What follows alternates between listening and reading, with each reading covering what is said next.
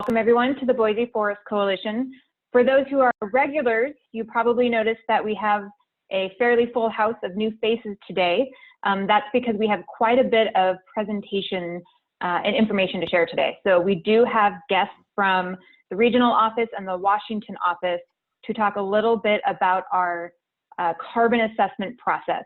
So if you'll remember, that was a request from some of our members to learn a little bit more about how that is done. And Catherine was lucky enough to actually get the experts on the process to join us, so they will be here. We also have our shared stewardship team. As I mentioned in the agenda, Lynn is going to be spearheading a shared stewardship presentation. So we're going to start with that in a moment after we do a few updates, but those are also our additional team members. For those who have not been living on Zoom, I'm just going to give you a quick rundown of our kind of meeting protocols over the internet, which are a bit different than when we meet in person. So we are going to primarily be in presentation mode for the first half of the conversation. And because we are running such a tight meeting today, I invite you to answer or submit any questions or comments you have through that chat function at the bottom of your screen. Now, if we have time at the end of the presentation to dive into some dialogue and discussion, we'll absolutely do that, and we'll just use our raised hands. You can either just kind of flag me in your screen like this, or you can, in fact, go down to your participant button at the bottom and choose raise hand. So either option works, and I'll bring you in as time allows. But again, we don't want to lose any questions or comments, so please do, again, use that chat function, and I will work with Lynn or our Washington office to address any of those outstanding questions. When we move into our stage 10 discussion, we're going to be following up on a lot of the issues and concerns that you have already addressed. And again, it's going to be a very quick conversation. We don't want to cut short the dialogue. So if we aren't able to wrap it up on this one, we will again follow up with you after this meeting as well as the September meeting. So without any further ado, I want to hand it over to our first update. Amy Anderton with the Payette National Forest is with us today. She is going to provide a CFLRP application update for us. Can you hear me okay? We can. Okay. Hi, everyone. I'm Amy Anderton. I'm the CFLRP coordinator for the Payette National Forest, and I also do all the coordination, most of it for the region as well. Some of you have probably already heard my message through the Payette Forest Coalition meeting, so it might be a repeat to a few of you, but it might be new news to some of you. So I'll just briefly tell you the update on our new West Central Idaho Initiative proposal. The FACA committee met June 22nd that week. It was a very grueling week for them. They reviewed all 23 proposals that were submitted in the nation. And on Friday, they made their final decisions and did their cuts. Our West Central Idaho Initiative proposal got submitted into the top 10. So that is a very good news for us. So we are on the top 10. So when they had submitted their recommendations, they now have written them into a document and sent them over to the secretary for approval. So the way that they have split it up is that it's in 3 tiers, and we are in the 3rd tier. So the first tier will go to only one project that will be submitted just for this year funding, and then the rest, the 2 tiers, will go in for the next year's funding. So we're waiting to hear from the secretary. He has final approval. The chief from the Forest Service has already approved it. So we're waiting for that secretary to have his signature on that document. We were expected to hear back from him, from the WO about the news when it's been signed. They were saying early August.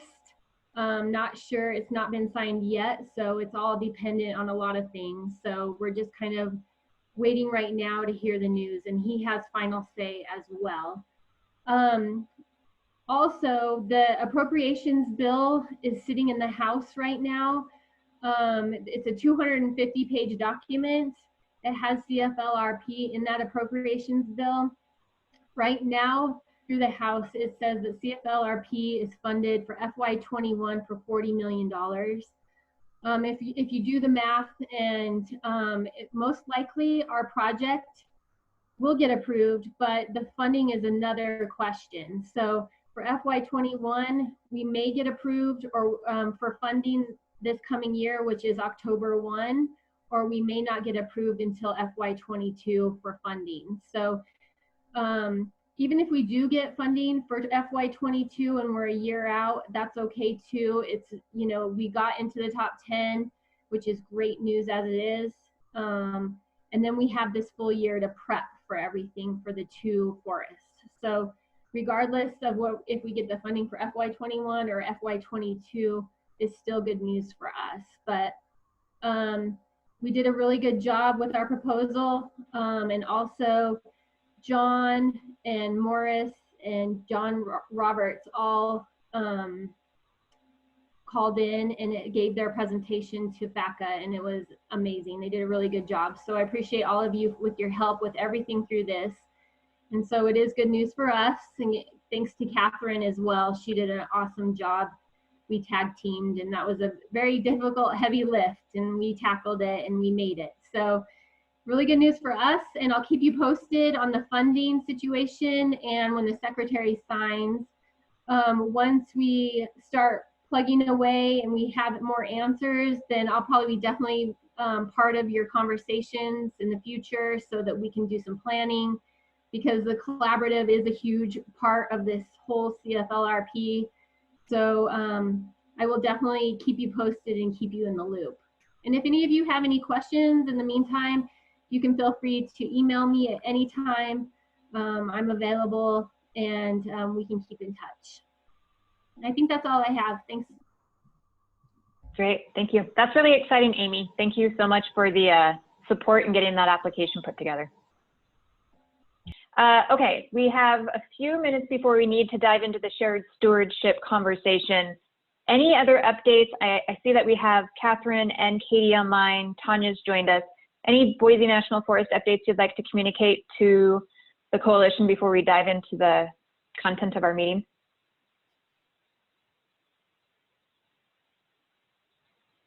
Okay, well then we're gonna just go ahead and stay ahead of schedule, hopefully. Oh, Randy, go ahead. Yes, thank you. I had one thing for Boise Forest Coalition and Forest Service. I've noticed that the Forest Service has been posting updates on the Sagehand Reservoir Campground emergency clearing projects. And I was wondering if we could post those Facebook updates on the BFC website as well, because some people don't participate in Facebook, and I think that that would be another great venue to show those updates and let people know what's going on around Sagehand Reservoir campgrounds. This is Tanya. I think that would be great. I appreciate that. Yeah, and this is Katie, and yeah, any outlets in which we can share the information, I think would be very helpful. We've seen tremendous success in the video clips, like 20,000 hits on certain videos, and so pretty impressive work. And I see Sandra on here. She's been very helpful, and some folks from IDL in reposting our stuff.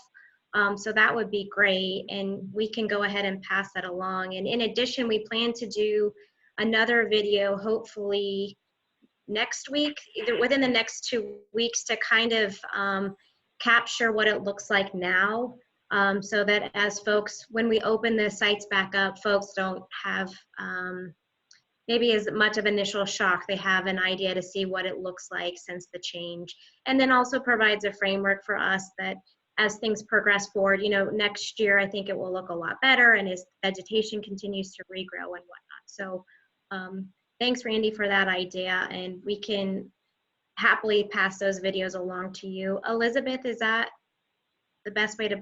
Yep, so I think you can either send them to me and I'm happy to post them. The other thing is that I am not the keeper of the website. Anyone is allowed to actually post to that discussion forum, which is the tool that I would use. So Randy, for example, if you see something that you would like to share with the coalition, you have just as much access to posting as I do. So I think just since we've already kind of as a group agreed that this would be information that's important to share with the broader coalition, feel free to post anything that you see relevant around stage hen or some of these recreation issues. And that goes for everyone, not just Randy. If you have something that's relevant to the work that we are focusing on right now, feel free to use that forum. Great. Thank you, Tanya and Katie. Really appreciate that. Thank you for helping share the message. Yeah, Fishing Game, we can repost that stuff as well. I think we posted some, I'm looking right now, but we'd be happy to share that info because I know we get lots of phone calls. Great, thank That's you. excellent. Okay, any other questions or updates before we move into our shared stewardship presentation? Okay, well, Lynn, I'm going to hand it to you. I know you have a video you'd like to have me start with. Anything you want to say before we dive in? Yes, well, let's, I'll just verbally introduce some of the Idaho Department of Lands team, but we have John Songster on board from the Good Neighbor Authority Bureau Chief. We have Bob Petrus, who's our Southwest Area Manager. We have Scott Corkle, who's our Payette Lake Supervisory Area Manager, and we have Peg Policio, the Idaho Shared Stewardship Coordinator. So, and I'll let them have a chance to say anything they would like after the presentation. So why don't you roll the video? Okay.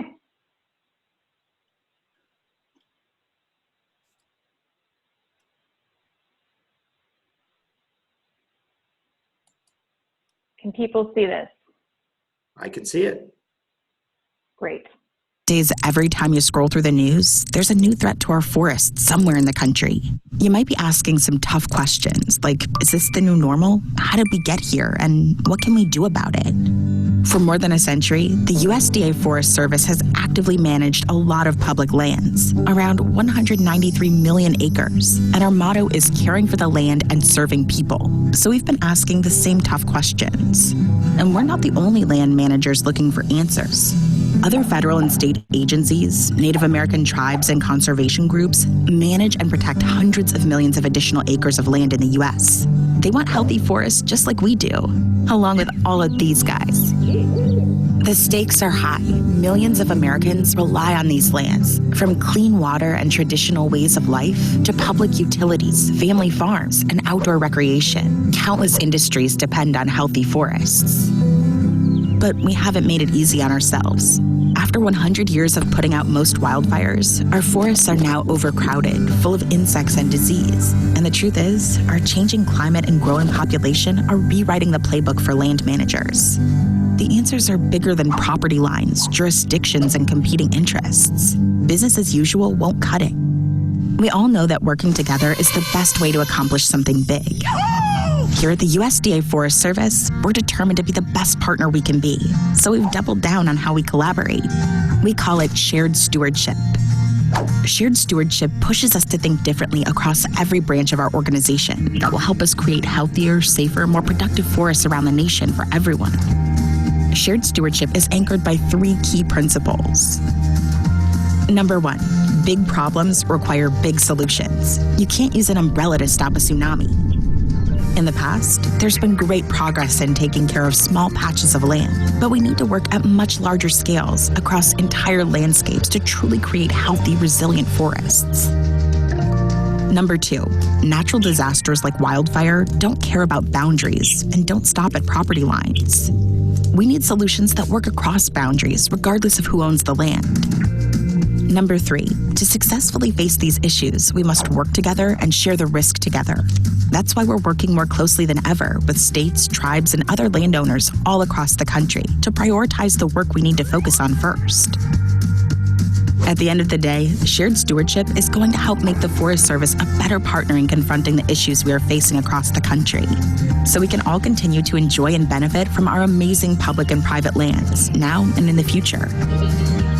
Learn more about shared stewardship by visiting our website.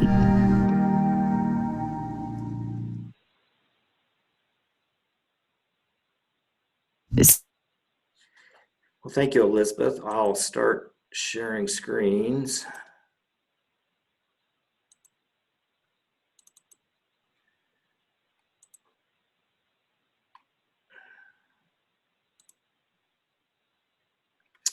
Can you see that, Elizabeth? Looks good. All right. So this is a modified version of a presentation we did last week for the Governor's Shared Stewardship Advisory Committee. But first, thanks, Elizabeth, for showing the video. I think the idea behind shared stewardship is simple. It's about working together in an integrated way to make decisions and take actions on the land. And Idaho Department of Lands has been out front leading this. This is just a screenshot of their webpage, and you can find more information there. So how did we start this process? Really, where should we start our working? We began with the Idaho Forest Action Plan, which is really a long-term coordinated strategy for reducing threats to Idaho forest while increasing social, economic, and environmental benefits. We used the Idaho Forest Action Plan and Forest Service data from Alan Agar's group in U.S. Forest Service Research. We developed a final composite map showing the forest risk and benefits, where highlighted in red is where we should be working. And based on that, we identified 2 priority landscapes to help initiate shared stewardship in the state of Idaho. The thoughts are that this is where we could achieve the greatest benefits with the greatest outcomes, but also serve as sort of a laboratory of learning of how we begin this journey down shared stewardship. There's a northern outdoor priority landscape, roughly 2 million acres in size, 51% private land, while the southern priority landscape where we're at is 2.3 million acres and roughly 35% private land. We're hopefully, by focusing on these 2 landscapes, we'll have the greatest bang for the buck.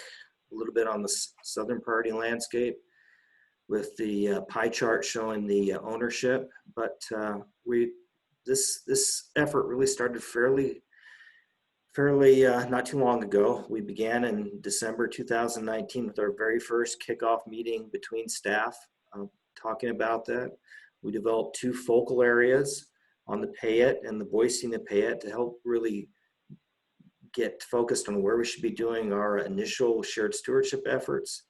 And on June 10th, we actually had our first meeting through Zoom of all the field staff from multiple agencies to start discussing the opportunities of how we could implement shared stewardship.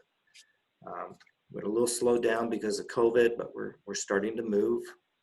But in our boots on the grounds meeting, we had 60 different participants, and we basically went over with the group a vision of shared stewardship, gave an overview of the focal areas, but then we had some examples of cross-boundary collaboration. Some of which we've been doing for quite a while now. Our work with State Private Forestry, who works with both IDL and U.S. Forest Service. Our great work on our very first Good Neighbor Authority project at the Bogus Basin. And we discussed what the North Idaho Shared Stewardship priority area is doing. And because they're a little bit ahead of us and they're really moving out there. We also had one example project from a Joint Chiefs proposal from the East Face project over in northeastern Oregon from the Wawalla-Whitman National Forest. So broad group of participants, our soil and water conservation districts, some county commissioners, and some private landowners. We had DF Development and Tamarack Resort. But some of the outcomes in the afternoon, we had 4 breakout sessions for areas we felt we needed to be focusing on. One is the Granite Meadows and the Highway 95 corridor for that project on the Payette National Forest. In the south, we have our work that we've been doing on the Boise, which you're familiar with, or along Cascade Reservoir in French Hazard. From that discussion and breakout group, we identified some opportunities to pursue on private land at Tamarack Resort. We had discussions on the Sachem High Valley area, a little bit different landscape, but we agreed we needed to keep working with the partners to see how we can develop opportunities on private land. Finally, our fuels group had some robust discussions on really how we can keep moving fuel treatments forward in the shared stewardship area, and had quite a discussion on the Wyden Authority. So that's sort of what we did on June 10th. A lot of you have seen this type of map before, but we have on this map we're showing projects that are actively in operation, projects that we're planning on right now, planning completed, planning in progress, and our out-year planning. So within the shared stewardship area, we already have a concentrated focus. This is also why we have our CFLRP proposal in this area. So these are just some of the projects that are moving forward. In the Idaho Department of Lands, there's work that's actively ongoing with Valley County. And all the acreages are small, they're just as important because those are the work on private land that we hope to keep capitalizing on and moving forward. One of the things I think we need to put in perspective that for many years, IDL's role working with the Forest Service was through state and private forestry. We're becoming more aligned with the Forest Service section, and that's why we're highlighting some of the work we've been doing on the insect and disease on Forest Service on IDL land. Year and a half or so ago, both agencies had to respond to the governor of Idaho on what we're doing to move forward to address this issue. And I'm happy to say we have roughly 50 million board feet of planned awards, and we're roughly 60% completed in that salvage logging, and you're familiar with a lot of that around the Sage-Hen Reservoir. But besides the Forest Service and IDL, IDL has another role, is they work with private landowners, and they've been working with DF Development to provide some harvest recommendations for their impacted land, and DF Development is also doing some salvage sales. So this is one thing we're trying to highlight, is the agencies are becoming more aligned. We're having staff-to-staff level conversations at the ground, how best to address issues, and we're really working more coordinated to try to address some of these unplanned events that happen on the ground. From our boots on the ground meeting, IDL found some funding to award Valley County $75,000 to pursue hazardous field treatments on the private land there. Last Monday, I was out with Stephanie Nelson, the Valley County's private forester, and we had a good review of looking across all the private homes in there and identified several opportunities to start trying to build an initial project to start showing some of the residents of what some hazardous fuel treatments can be looking like.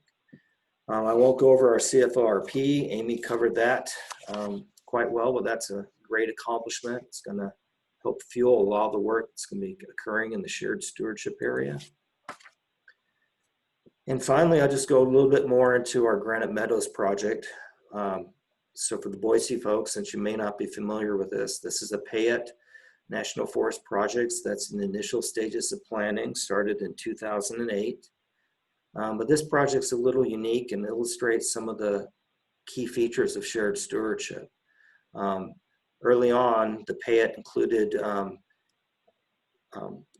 the treatment on private land, and currently they've identified 16,000 acres of private and state lands that could potentially be part of this project. And that is shown here on this map in the black crosshatch and in the purple.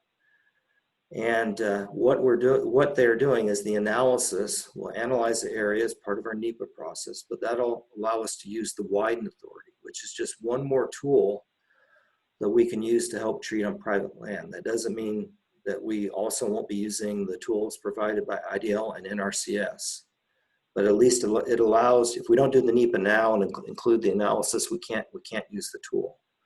So it's the start of thinking outside our boundaries, thinking cross boundaries, thinking on what's the best way we can treat this landscape. Based on our boots on the ground meeting, we identified other opportunities with BLM. shown in the upper area in yellow. And they're also interested in pursuing this. So in the next year or so, we'll keep on working on planning and how we can do actually a true shared stewardship cross-boundary project within this area. Decision is currently scheduled for November 21.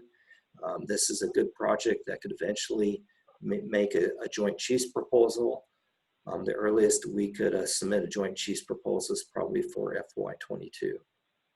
So this project has just been through scoping. They're in development of alternatives. So it's really at the initial stages, but it's truly where shared stewardship is trying to go. So in summary, I just want to give a quote maybe from Nora Rager, because I think she sums up shared stewardship the best, but it's a change in culture, being. So it's not just an initiative, it's not just an area, it's a way of being, it's a way of relationships, it's building new relationships, and it's learning from each other and working collectively across boundaries to enhance our ability to do so. So the right work, the right location, at the right scale, and at the right time. So that's my quick elevator speech on shared stewardship. What we're doing here, time's limited. Peg Policio, would you have anything you'd like to say? Good morning, everyone, and thank you for inviting me. Can you hear me okay? Yes, we can. Okay. Yep. Yeah, thanks for having me. Lynn, thanks for that presentation. I'm, been with the Shared Stewardship Initiative in Idaho, working for the state since day one, since actually before the Shared Stewardship Strategy came out nationally.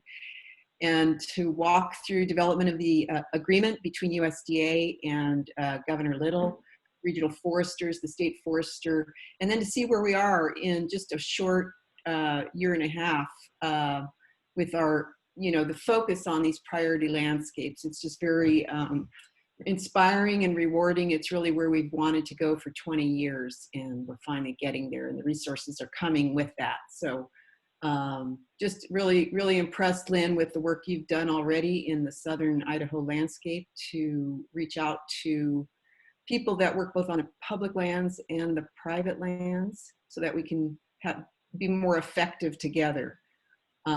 That's where we want to go. And, right now we have these two big priority landscapes. That's where we'll focus, but clearly there's a ton of work to do outside of these areas throughout the state of Idaho, with all the national forests and on the private lands to be effective. None of us wants to see catastrophic fires, and we don't want to see insect and disease outbreaks that drive us. We'd rather sort of have the right forest conditions. So it's going to take all of us together. I'd like to mention the Governor's Shared Stewardship Advisory Committee, working at the strategic level in the state. We have a very diverse group of people that are advising the governor on this initiative, and hopefully removing barriers that will keep us from expanding this work. I won't go into all the details, but we will have all the documents and all the agreements up on our Shared Stewardship website. And just on behalf of the state of Idaho, we're just really pleased to work in partnership with the Forest Service at multiple scales, the state scale and now the landscape scale. So I'll stop there, and I'll take questions if there's time, Lynn. Okay, well, why don't we, I'd like to introduce Bob Petrus and Scott Corkle, if they could just say a few words and show their faces. These are the Idaho Department of Lands equivalent to district rangers. This is where the action on the ground really starts with, and their participation is crucial for the success of this project. So Scott, are you there? Yeah, I'm here. Okay. How about if I stop sharing? Yeah, that might work. And Lynn, just so you know, it looks like Bob had to jump off. He mentioned something in the chat about having multiple fires on his district, so he's apparently getting pulled away. That's not good. Yeah. So Scott, could you just introduce yourself briefly? Yeah, my name is Scott Corkle. I'm up here in McCall. I'm the area manager for the Payette Lakes area office. So yeah, as far as the shared stewardship stuff, I mean, we've been having a lot of good discussions, and there's a lot of questions still that we're trying to figure out. On the private forestry specialist side, they're going to be a major cog in this wheel as far as the private landowner participation. So later this month, Lynn set up a meeting with NRCS and us with our private forestry people, and I think that'll probably get us on the track to answering a lot of concerns we have going forward as far as the funding sources, because one of the major concerns was we don't want to take away some of the NRCS grant funding that the private landowners are now have availability, have that all be sucked into shared stewardship. We want to make sure that pot's getting spread evenly across, so we don't lose some of those other good work we're doing on other areas, but still have an opportunity to jump in on some of these projects. So that's just a specific one that we're working through right now, and what our role is, and where we hand it off to different people and things like that. But yeah, we're very engaged, and look forward to working with everybody. Thank you, Scott. We also have John Songster, I believe, still on board. Yeah, hey, good morning, everybody. Morning, Lynn. I don't have a whole lot, I guess, to add to what's already been said. You mentioned, Good Neighbor is really, it's one of the tools and one of the many tools we have in implementing this concept of shared stewardship. And I think we're kind of sort of building on some of the successes we've already had with Good Neighbor. But I'm just excited, to start working with some of these other groups and, looking at other resources that are available. And I think the challenge is just going to be trying to figure out how we bring them in and work together, get more good work done on the ground. And to me, shared stewardship is kind of the circling of the wagons and bringing all the voices to the table, and looking at what resources and expertise we have available, and just really excited to have Lynn on board and to keep this thing moving along. Well, cool. So I'll just list the 4 things I had as discussion topics, and then open it up to the group for discussion. But one was, how would collaboratives like to participate in shared stewardship? Can collaborative groups provide assistance to other organizations? Can the collaborative members serve as ambassadors to local stakeholder groups or residences? Can the collaborative groups help us prioritize treatments? Is shared stewardship an opportunity to broad participation in the collaboratives? So with that, Elizabeth, I think we should start taking questions. Absolutely. So I'd love to start with questions, and then if we have initial thoughts around some of these key questions. But what I would say is, Lynn, I think these are big questions that we're going to want to carry into upcoming meetings.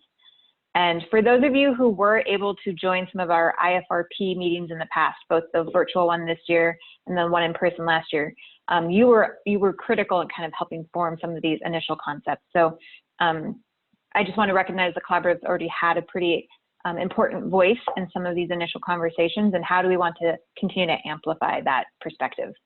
So let's start with questions around the program or anything you might have for our shared stewardship team while we have them, and then we can start talking about how we want to address some of these big questions.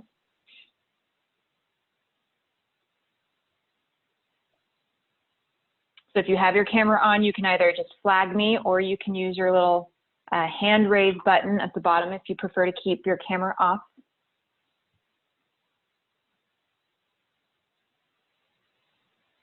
Randy. Thank you, Elizabeth. Lynn, I guess my first question would be, it really is one of the things that you brought up, and that is, how can the collaborative help the shared stewardship team promote this concept with private landholders, large and small, within the priority area? Well, first thing I think is at the project level. So for example, if the Granite Meadows project goes into a joint chiefs proposal, we will want to be working that through the collaborative, because it's going to get broader. That'd be the Pay It, of course, the Pay It Forest Coalition. I think when we start developing cross-boundary projects, that's an easy way for the collaboratives to be engaged, and we will engage with you. I do think that it'll be a different role for the collaborative, because then you're starting, because currently you deal with the Forest Service basically as a decision maker. Well, now we have other decision makers with county governments, Department of Lands, and we have the individual landowner.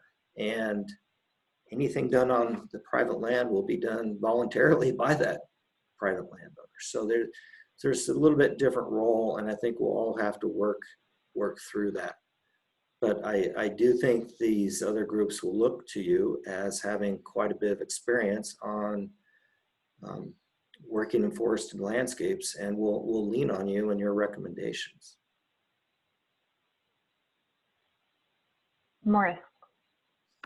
Oh, just a question like on French Hazard, where we've already have a decision there, but yet it's up against a lot of private land, and there's a lot of land that goes up, not necessarily directly to Tamarack, but close to Tamarack. And how can we make some of that all come together, Lynn? Because I mean, if French Hazards is done and there's nothing done on any of that private land that's between there and the reservoir, I think that we're still going to have a fire hazard problem that's going to bite us one day. So Stephanie Nelson, Valley County's forester, actually has one project area on the south end of the French Hazard in the private land where she's starting to work with landowners. But as she described to me, when you work with these individual landowners, it takes a lot of time. In fact, it takes years of time to start getting consensus, to get a few moving forward. So one, the effort's already been started through Valley County's efforts. Our hope is, by starting up at Tamarack, where we're basically working with a very large homeowners association, is that we can start gaining momentum here. The working on the private land is challenging. It won't be done at the same scale and probably pace that the Forest Service or IDL will be doing their treatments. But when the landowners start seeing those treatments in place, that's going to give us opportunities. I think there's opportunities for the Boise Forest Coalition to open houses to maybe explain the treatments that are occurring on Forest Service land. The closer we actually get to implementation, it doesn't just have to be the Forest Service as the face of implementation. So there's opportunities there that will be really great for the coalitions to be participating in. But that's just some of the things I've been thinking about. And also, if there's homeowners associations would like to have a guest speaker come in, someone from the coalition would be great, be much more effective than someone from one of the agencies. You could give a totally different perspective.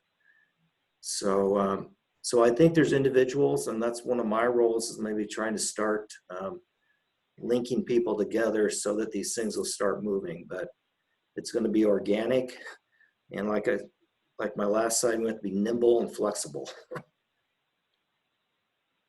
Well, I think that Steph's going to have to get somebody that will let her help them with some piece of their land that's down there by French Hazard that they can use as a example that we could go ahead and get treated some way through, funds from NRCS or, whatever, so that then they could invite all of the rest of the neighbors that are in that big patch there to come look at it and hold some on the ground things.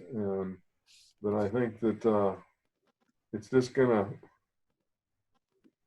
like Steph says, it's gonna take a lot of one-on-one and a lot of talking to get those people to realize that they've got a problem, because I think there's a lot of them that don't think there's a problem, but they've definitely got a problem. Yes, if they treat the forest, that might alleviate a little bit of it, but that's not necessarily the way that some kind of fire is probably going to come. It's going to come from the bottom up. You're absolutely correct. There's Art waving at us.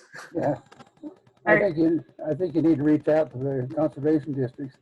I'll push from my end, being in the conservation district, but I think you may need to make an effort to reach out to them and explain that you're working with the watershed and they need to be a participant there.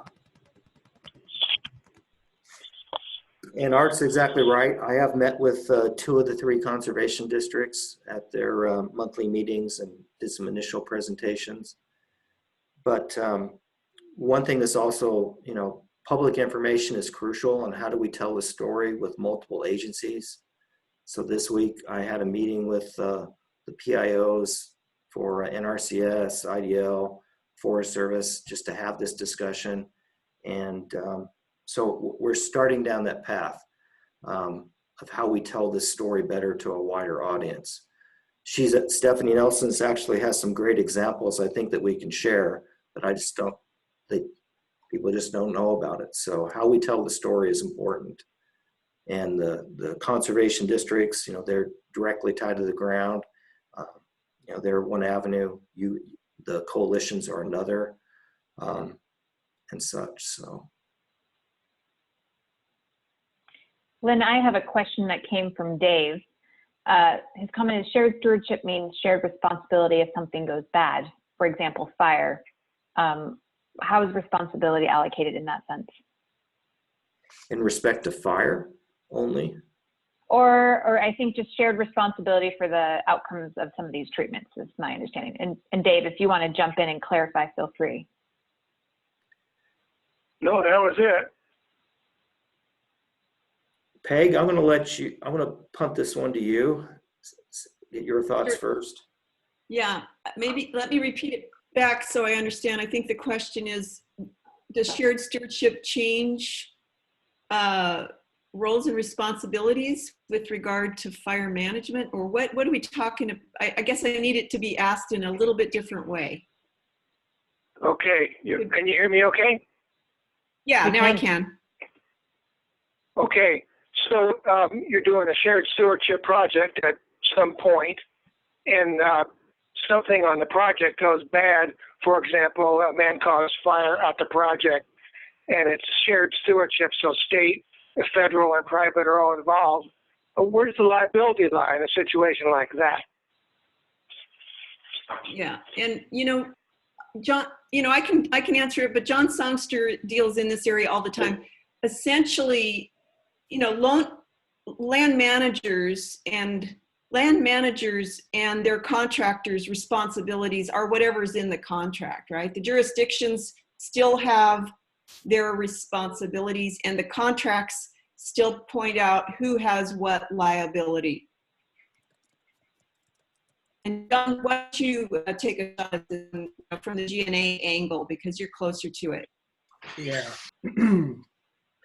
So I guess it kind of depends. It really depends on what actually happened. For example, if say a fire were to break out on a project on national forest lands that was a GNA project that the state was administering the contract for, there are provisions in the contract which kind of spell out what the liability is. So, but really it doesn't, it really wouldn't be any different. I guess speaking in kind of general terms, it really wouldn't be any different, whether it was a GNA project or a shared, or if it had a shared stewardship focus to it. For the most part, it would be treated just like any other project. But within the contract, obviously, if it's if there's negligence and a contractor is responsible, they're going to be liable for it, regardless of whether it's a shared stewardship project or the state of Idaho is administering the project. So, but yeah, there's a lot to think about. I understand. Thank you. Other questions or comments with regard to either, kind of the functions of this program? That's a great one about liability, or how you see the role of the collaborative maybe expanding with this new initiative.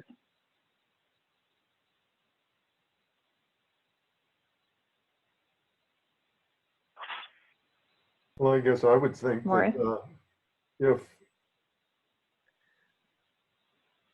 we know that there's a shared stewardship going on, that we would treat it just like any other project that is in the BFC area, of the whole forest.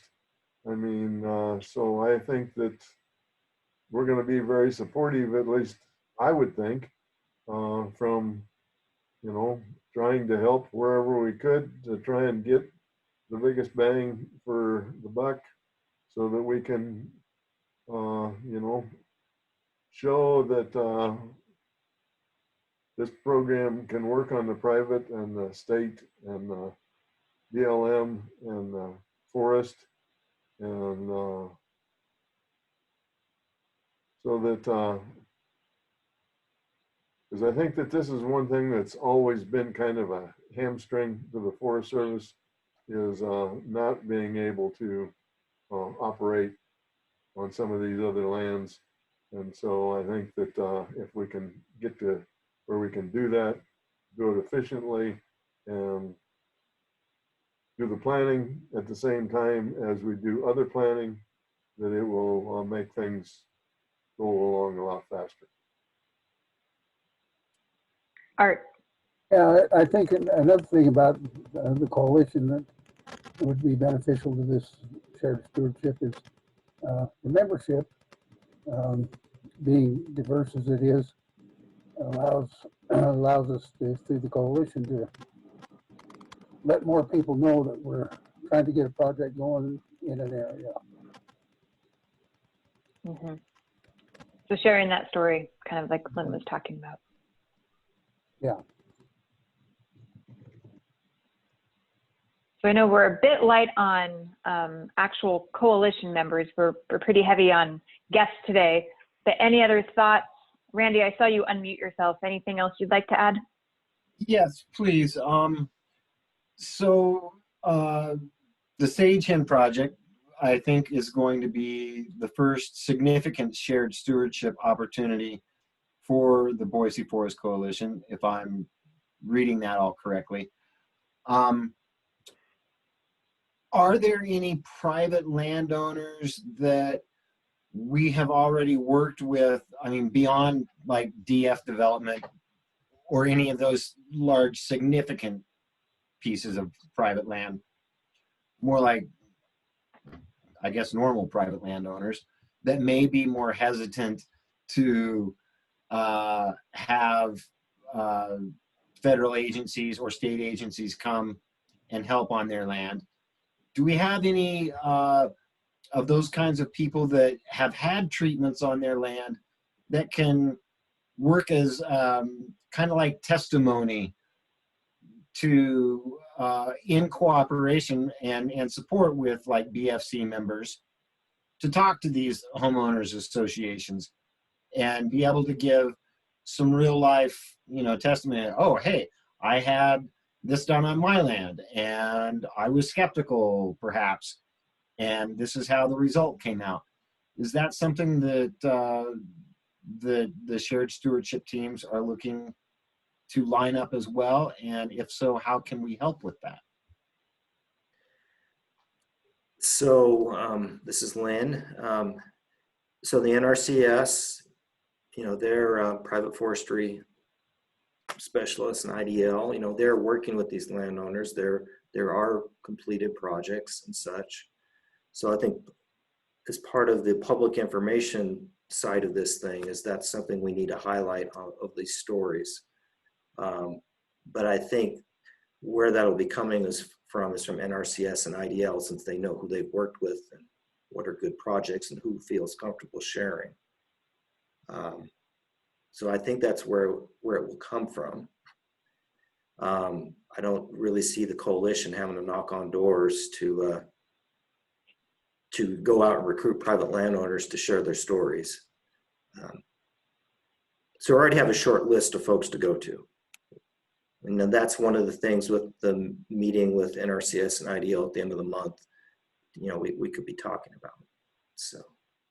Lynn, this is Scott Corkle, and one thing I guess that maybe we could dovetail, we didn't this year because of COVID, but we have annually a private forestry tour where these projects are highlighted generally on these tours, whether some are having more of a commercial bent, some of Stephanie's projects that she's done for Firewise, things like that. So, maybe outreach from the Payette and Boise coalitions when we have these tours to get the word out a little bit wider than we have. And we usually have pretty good participation, but it's usually the same people coming every year. And so if we could expand that audience, I think that would be helpful too, and get some new faces in these meetings and in these tours, and then we can go out and look at these projects. I think that's some place where the coalition with some of your outreach is a little beyond ours could help out. Excellent suggestion.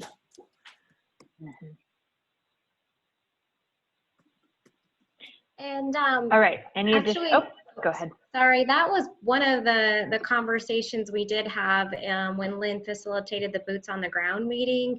Was I actually believe John Songster brought it forward of an opportunity to actually highlight some of the work that I think Tyre's done up north and whatnot on some of these private land owners' property, and actually doing kind of a video similar to what they've done on some GNA stuff as well to kind of help share that message. So I think it's a really good point, Randy. And then thanks to Lynn kind of pushing us a little bit further. We do have some folks out looking at some opportunities in that High Valley area. I believe Tyre has met with some of the homeowners association, and it's just, I guess, and I'll take the ownership on that, making the time to sort of continue to move forward with that emphasis. So it's a point well taken, and I think an opportunity definitely where we can highlight some successes, but also expand some growth around that Sage-Fen area. Well, and Randy? I recognize that is increasingly difficult to do right now, doing personal meetings with people or doing that outreach, Katie, because people don't necessarily want to answer their doors to strangers, perhaps. So I recognize that all the agency personnel from the various areas are having to come up with new ways of outreach and approach. And I appreciate all the work that you're doing. Thank you. So I do want to start transitioning us to our Sage-Fen conversation. Lynn or Peg, anything you want to wrap up with? Well, I would say just one thing is everybody please keep in mind that this is, when you talk about a change in culture, that doesn't happen automatically. There's no easy button. All these are little tiny incremental steps that will hopefully change into a whole. So in 1 year from now, hopefully you'll be seeing a little bit different perspective of the agencies working together. In 2 years from now, I hope you see actually big things on the ground. So it's a journey. There's no easy button. Mm-hmm. Peg?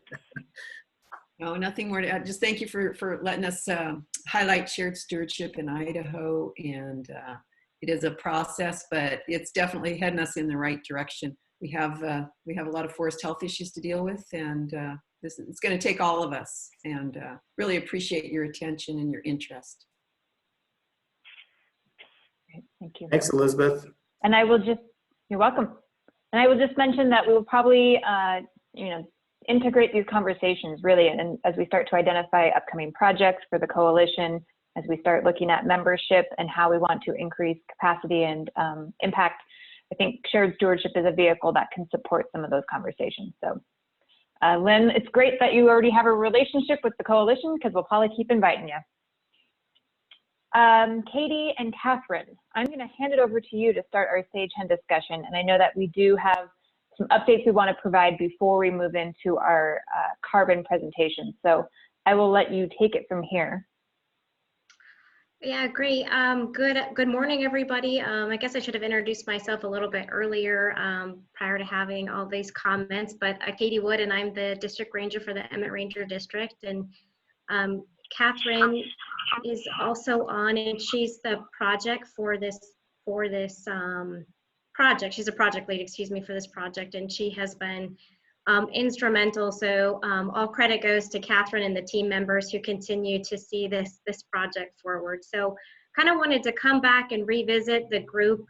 We had the opportunity to outline and provide a quick overview of the comments that we received during the scoping and comment period last meeting. And so kind of the intent today is to review a little bit of the modifications that we've made to the proposed action. And then we've got Clint Van Zyl from the Timber Shop, and Lisa Nutt, who's here for wildlife, and also JW Cleveland, who's also here representing recreation, to kind of provide a bit of overview of some of the questions that this group had pertaining to those three critical resource areas before we transition over to the climate piece. So with that, Catherine and I opted to sort of tag team the modifications as it pertains to the proposed action. And kind of the main highlights I think we'll go over is took a more refined look at the feasibility of certain particular areas when it pertained to commercial timber harvest, excuse me. And then also the road piece, which I know was a critical question that this group had. And so in removing that, we've removed any roads in basically critical bull trout habitat, and then also two big portions, I think it equated to about 980 acres of area where we don't think it's really feasible to harvest timber. And so those were kind of the major modifications. And as a result, I believe the temp road construction is around 90 miles compared to the closer to the 125 that we were seeing a little bit earlier. So those were kind of the overall updates. Catherine, do you have anything to add? I don't, Katie. Thanks. That was a great summary. And just, yeah, we did consider the comments that came in, and we spent quite a bit of effort, working with Matt Robinson, our hydrologist for the project, and soil scientist, and, really looking at some of those sensitive areas and trying to figure out where we could eliminate some of those temp roads to reduce and minimize those impacts. Yeah, and quite literally, the Sage Hen IDT, interdisciplinary team, has literally been working around the clock, trying to meet time frames and take into consideration all the comments we received to strike that fine balance. So huge kudos to them. Really did take into consideration everything that was provided. So with that, I can go ahead and transfer it over to Clint, who is going to take a more refined conversation as it pertained to the roads and some of the harvest. I can jump on. Clint Van Zyl, like I say, I'm the timber program manager on the forest. Was just going to talk some about the changes. Catherine, was you going to try to do that map share? Yep, I will do that. I will throw that up, and just Clint, let me know if you want me to pan or zoom or whatever, and I'll change things up. Yeah, we'll bring up that map where we've got the changes just so we can show where some of that's occurring. Are you guys seeing it? Not yet. Okay, it may take just a second for it to pop up. Yep, there she popped up. Okay, great. Yep. This map here that we put together basically just kind of shows the the change in acres from what was proposed to what we modified and some of the areas we dropped.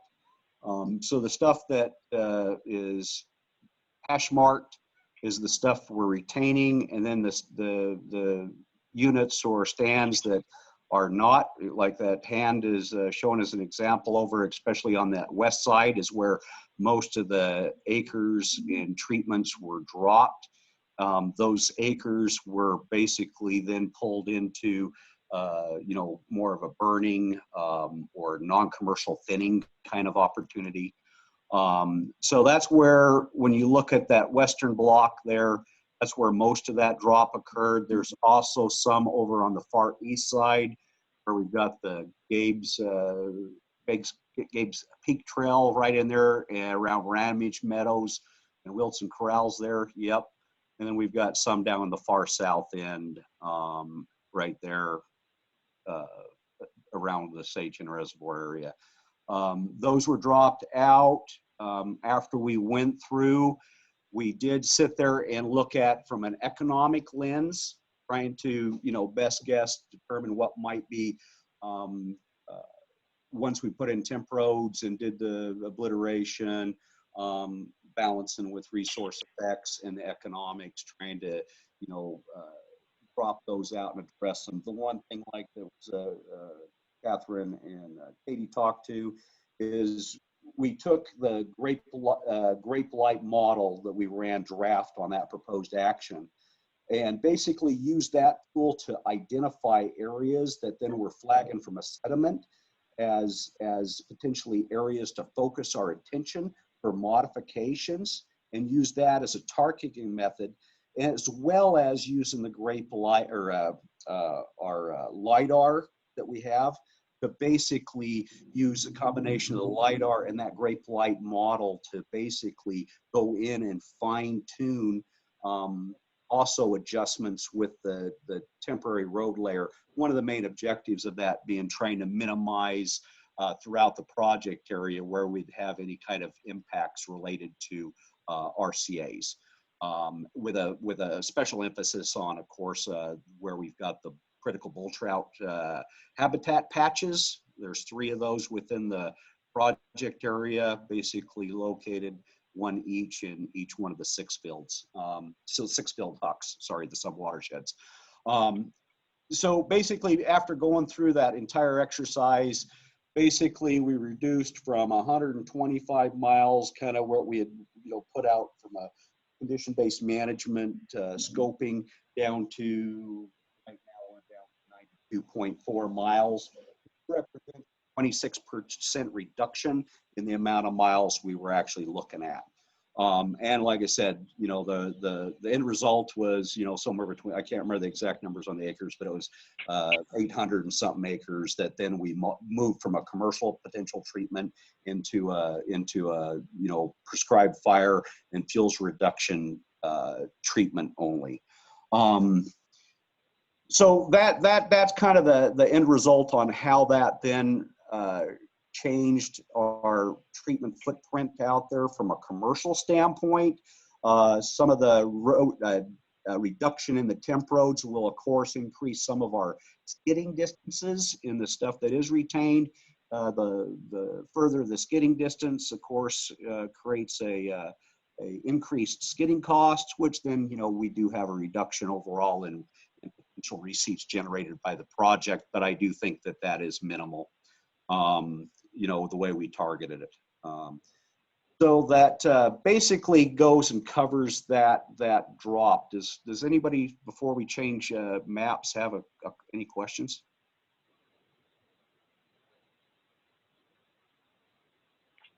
I don't see any hands, Clint.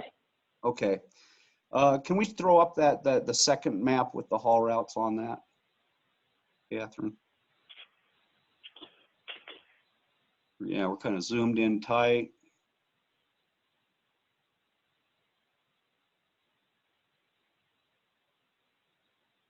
So with this one, basically, like I said, we have sit there. We haven't got it on the map with this update. We're still in the process of updating our maps. But one thing we have looked at was we did change kind of our sell schedule a little bit, trying to adjust that relative to what the tussock moth has basically done the last 2 years, so that we've basically looked at changing the sell schedule, how we'd proceed through that project area versus what we'd put out with scoping. So we've made that adjustments based upon all the modeling data that John Reiling has been working with. So with our next meeting, hopefully we'll be able to provide some updates to that.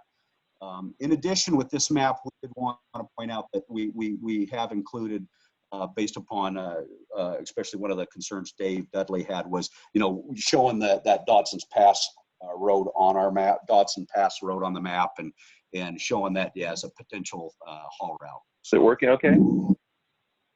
Yeah.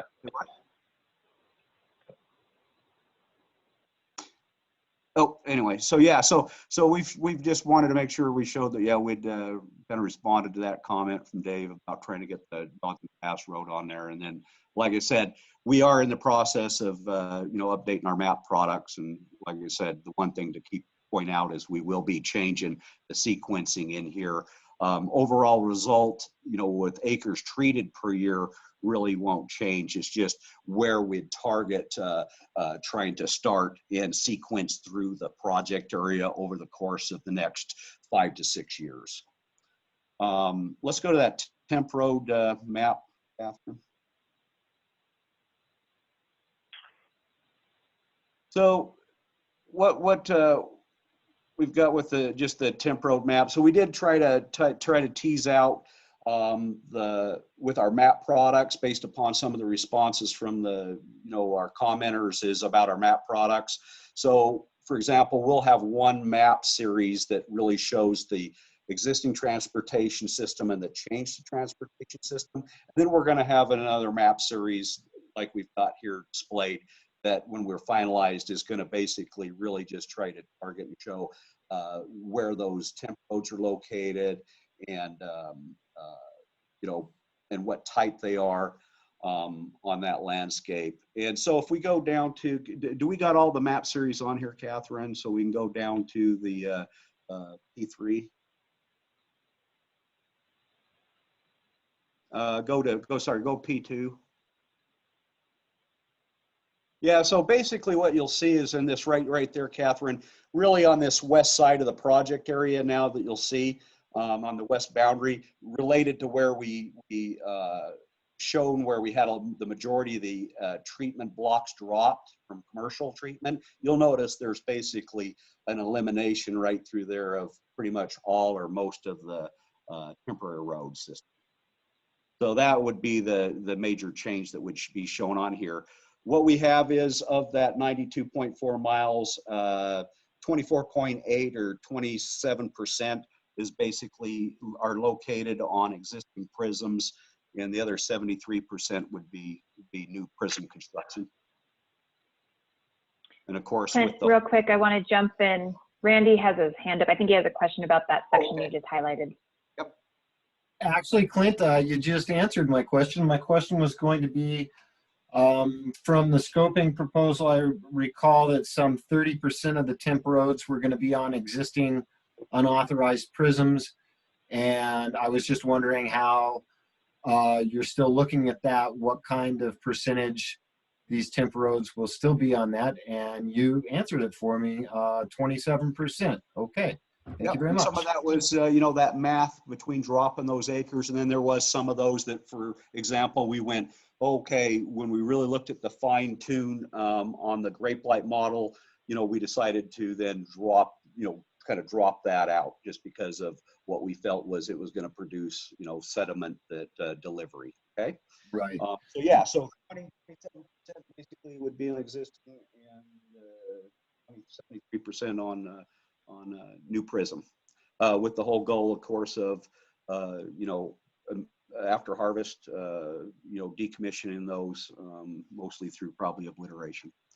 Most of the RCAs, when we really looked at it, was targeted at trying to, when we did have RCAs, of crossing those at right angles, in and out as fast as possible, as high as possible, and then basically trying to, where we did have that occurring, is trying to maximize crossing at intermittent streams versus perennial crossings.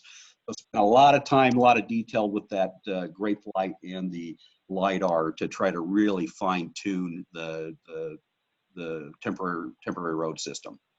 And then I think we're done with the slide. The one thing I was gonna basically, we did talk last time about, now I'm trying to get to where my, how do I do it? I always have trouble with Zoom, but trying to get my spreadsheets brought up here. While you look for that, Randy has another question. Okay, go ahead, Randy. Yeah, this is just kind of a follow-up. With your LiDAR and grape light analysis, did you happen to identify any other unauthorized routes or that may not be used for these harvests, but looked like that they could be producing sediment or other opportunities to remove unauthorized routes from the landscape while you're out there doing this work? Right. So with our grape light model, just because our unauthorized routes, when we talk to them, we've got a corporate layer that we utilize. But the one thing about that is very difficult to, without going out to every single location, to determine whether we actually have the unauthorized use occurring, AKA it's like open. And so that we don't have a very good idea from a modeling perspective. But like we talked about with our action is wherever feasible, we would be looking at that to address those from a case-by-case, site-specific kind of approach on the ground. If that makes sense. It does, yeah. I understand that you can't see everything from LiDAR or grape light, but or the image need that on the ground, eyes on it, opportunity to see where it's at. Yep, exactly. That's kind of where with that, we would be looking at that opportunities and how to basically address that use that's occurring. Sometimes, for example, we might have an unauthorized trail that's going off that we might then use as a skid trail. And then when we're use the skid trail, and we'll try to close that out, the slash and whatnot, to basically try to, obliterate that and discourage, use. Right. So that would be more of that, condition where we'd be looking at site specifically on the ground to address those concerns when we're in the implementation phase. Now, do you think that you will be tracking those opportunities throughout the project so then you can report back to the coalition as well as others to say, hey, we found X amount of miles or whatever of additional opportunities that we were able to remove from the landscape? Is that something that you guys plan on tracking during implementation, or? Well, I think that's something that, Catherine, and Katie would, what we've actually, I don't know if we've got to where we've actually got to, those specific items we will track, but that is something that would make sense that we could track and then report it. I think it'd be very helpful to the agency to do that. Yeah. But right now I'm not going to commit to that. But yeah, that would make sense to potentially do that, and that would be part of that how we implement as we go through that process. We've all talked about. We've got that unauthorized use occurring. We know some of the routes, but we don't know all of them. And the other thing is, we are getting that unauthorized use occurring on some of our actual maintenance level unload that we're trying to discourage. So there's two kind of unclassified, unauthorized versus unauthorized use on our actual, classified system or authorized. So the one thing I was going to basically then real talk to you is just real quick, and I don't want to burn up too much time, Catherine, so stop me if I'm running too long. But the one thing we talked a lot about last meeting, and I think the meeting before, was, kind of that relative road density and, kind of some of those changes with our system modification, our decommissioning of unauthorized routes or authorized routes, our and adjustments we're making. So based upon the data right now, it would appear that we, when we're looking at the overall road density out there with our road decommissioning, our realignments, adjustments, those kind of things, overall with the entire project area would be having a 8.2% reduction of the authorized system, from a road density standpoint. So the road density right now in the entire project area would be 2.44 miles per square mile, and we'd be reducing that down to, for example, 2.24 miles per square mile, which is, equates to an 8.2% reduction. And that's over across the project area. When we're actually looking at targeted reductions where we try to, make targeted reductions in RCAs, then we basically see a jump up to where we've got a 17.5% reduction of road density within the RCAs. So I think that's kind of, trying to show where we're making those targeted adjustments to the transportation system.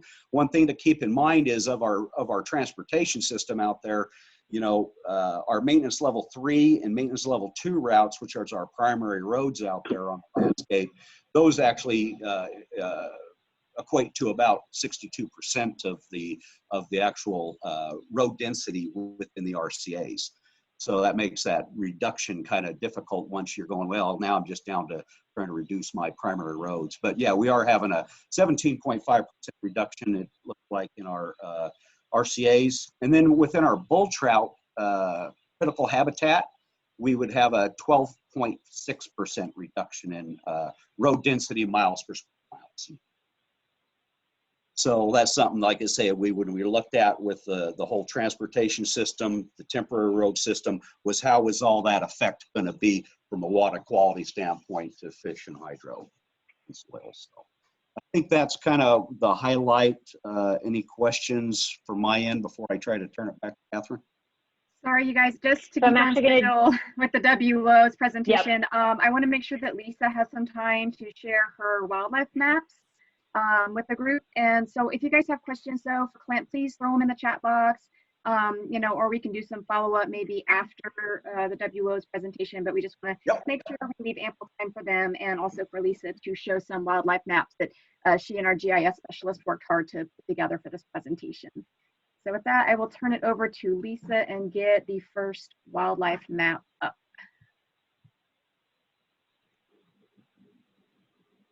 All right, so actually these maps are just on just displaying the federally listed species and relative to the project area.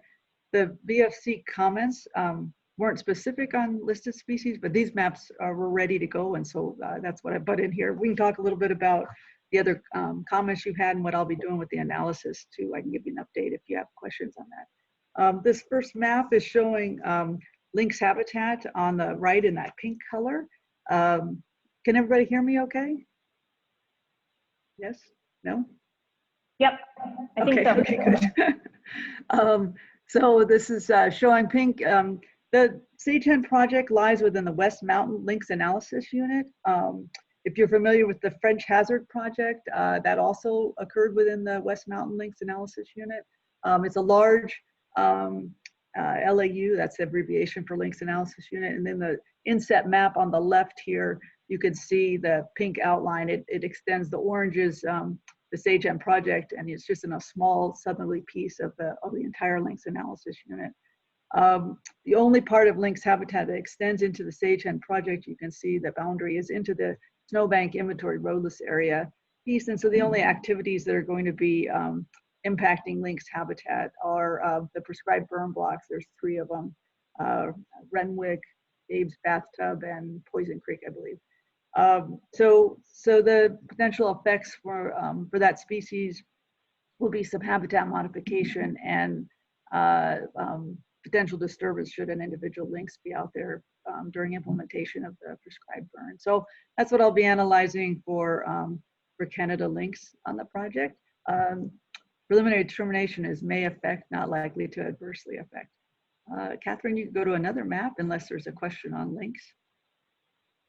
No? Okay, so northern Idaho ground squirrel, another federally threatened species near the project area. The greenish color there on the north side of the map, you can see how it approaches to the boundary of the Stage project, but there is no habitat modeled into Sage Hen, and we wouldn't expect anything to be out there. We feel the model is pretty accurate there. They need that more open country that you would see outside of the project area.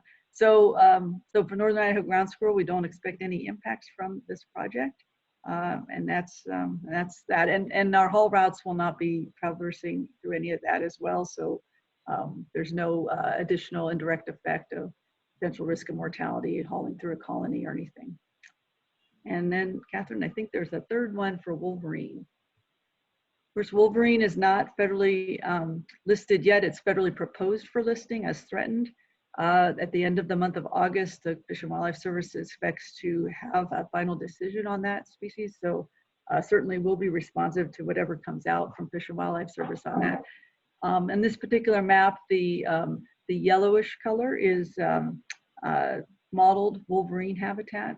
We use persistent snow as an indicator for wolverine to portray wolverine habitat likelihood of them, and that's very consistent on the Boise as far as our wolverine observation data and records show they're strongly correlated with that persistent snow model. So over here on West Mountain, we actually don't have any wolverine sightings in this vicinity. We've done in that West Mountain LAU for lynx, we've done fur bearer surveys over the years and hair snare surveys and this kind of thing, and we've not picked up wolverine yet. So this is just habitat that's out here, and like with lynx, it's mostly associated with the snowbank inventoried roadless area, and the activity in there is going to be prescribed fire. There's a little block you can see to the west there. That's just it's a cold pocket in the project area which holds snow a little bit longer. That's why it's showing up as modeled habitat. Wolverine traverse the landscape widely. So they could be traversing through here and not resident in this habitat. I'll analyze the effects of potential for disturbance. I'll talk about habitat change from the prescribed burning, but the effects of that project, of that activity, won't be to reduce it from wolverine habitat. It'll still maintain its capability to provide habitat for that species should it be out here. And so that's it for the 3 listed species or proposed list species in the project area. I wasn't sure how long I was going to have. It was we were back and forth a little bit on what how much time I'd have to discuss wildlife. So I just would briefly mention that the VFC provided comments on a number of comments on the impacts of big game, for example, winter range, security cover, and migration corridors and effects from roads, etc. on that. My big game analysis will be looking at all of that. Winter range occurs in the southern, extends into the southern portion of the project slightly. I don't have it displayed on this map, but certainly the project area provides plenty of spring, summer, and fall range as well. Some commenters, I don't think it was BFC, mentioned some specific areas they were concerned about migration patterns and potential for disturbance or disruption of that with some of our proposed activities. I'm in contact with Fish and Game to talk a little bit more in detail on that. Population objectives in this area are high or above, let me just say that again. Population numbers of elk are above population objectives for the state of Idaho in this big game management unit. So there's not a declining population. So they are looking at reducing the population numbers down lower. Mostly that's because of off-forest effects that are going on private land with wintering animals, causing private homeowner damage to crop fields, et cetera, pasture. So the herds over here are fairly robust, is all I'd like to say, but we will address this disturbance and the potential impacts on movement across the landscape. I'm modeling calving fawning areas using a percent slope model, so I'll have that information in my analysis. I also have a road density analysis that's not the traditional road density like Clint was describing. It's a moving window analysis, and what it allows me to do is to show road density in a way that shows permeability of the landscape, so that I can see areas on the in the project area that have super high concentrations of roads because they're located close together, and so there's very little interior habitat away from those roads, versus other areas where there's fewer roads and maybe more expanse that animals would be able to readily move across the landscape without encountering or being disturbed by motorized use. So you'll see that in my analysis as well for the current condition and the proposed action. Migratory birds was also brought up by your in your letter, and I'm doing a migratory bird analysis. I'm trying to incorporate the integrated monitoring bird conservation region data, so that we'll have some little bit more specifics on impacts to birds. I've selected some species to represent some of the habitats out here we're doing management in, and then doing a discussion on what might change for those birds, and then give you an idea of what proportion of the population in the Sageham project area relative to the forest and the conservation region those impacts would occur on. So that's what I'm doing with migratory birds. Let me look here real quick and make sure I've covered what you've mentioned. Species of concern, of course, all threatened, endangered, proposed, candidate, and sensitive species will be in my analysis, in addition to these other species of interest like big game and migratory birds and management indicator species. So I think that covers what you're saying, but if anybody has any questions, please feel free to ask them. So I'm going to jump in very quickly for the sake of time. I recommend you submit your questions through the chat function, or you can also send them to me via email. And if we have time at the end of the meeting, we can circle back. If we don't have time, I will help connect everyone to get their questions addressed. Catherine, did we want to continue forward with that short update on recreation, or just move into our carbon presentation? Given that we're really close to 11:30, I'm going to say for rec, the main thing that we really wanted to let everybody know at the coalition is that we did add the Renwick Trailhead vault toilet. That is now being included in our proposed action in the modifications. So that was kind of something that I know a lot of folks are interested in, and so yes, we did add that. So that's great. And then yeah, we'd also like to have some discussion perhaps after the Washington office's presentation around what all we might want to discuss at next month's meeting for rec. So since we didn't have as much time to cover those activities and actions at this meeting. So. Great. Okay. Excellent. Any last comments with regard to roads or wildlife before we move into our carbon presentation? Okay, Catherine, I will let you introduce our guests with regard to the carbon presentation, since you have a better sense of who's joining us. Yes, actually, I am going to let them introduce themselves, because I think that it's really important for you guys to it's so exciting to have the Washington office here with us today. I have been working with these guys over the last several weeks to get our carbon assessment white paper finalized, and we got to talking with them about this. Jennifer and I were going to provide this presentation, and they said, "Hey, we can provide it," and I think that would be amazing. It's so exciting to just have some time with our Washington office and to be able to share that with the coalition. So with that, I'm going to turn it over to Duncan and let him do a brief round of introductions, and then we'll get started with their presentation. So, thanks. Excellent.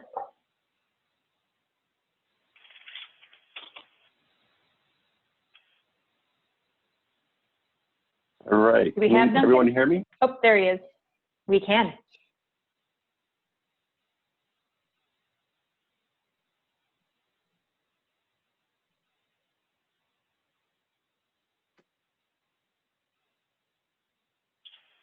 Duncan, if you're speaking, we can't hear you anymore.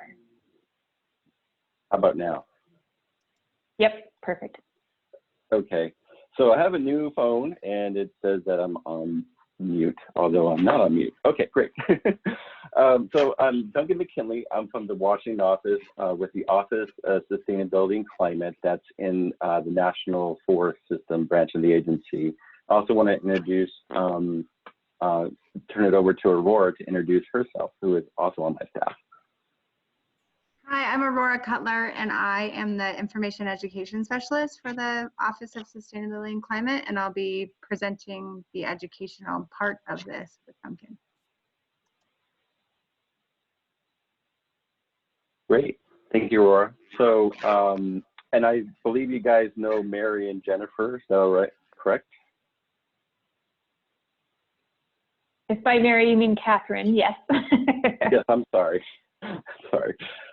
Yes, thank you all for coming in. So we're really happy to give a talk about carbon, and let's go ahead and dive into it. So we're going to talk about 4 things with you today. Why are we interested in forest carbon? We're going to give a little bit of quick context in that, both in terms of the science, but also our policy.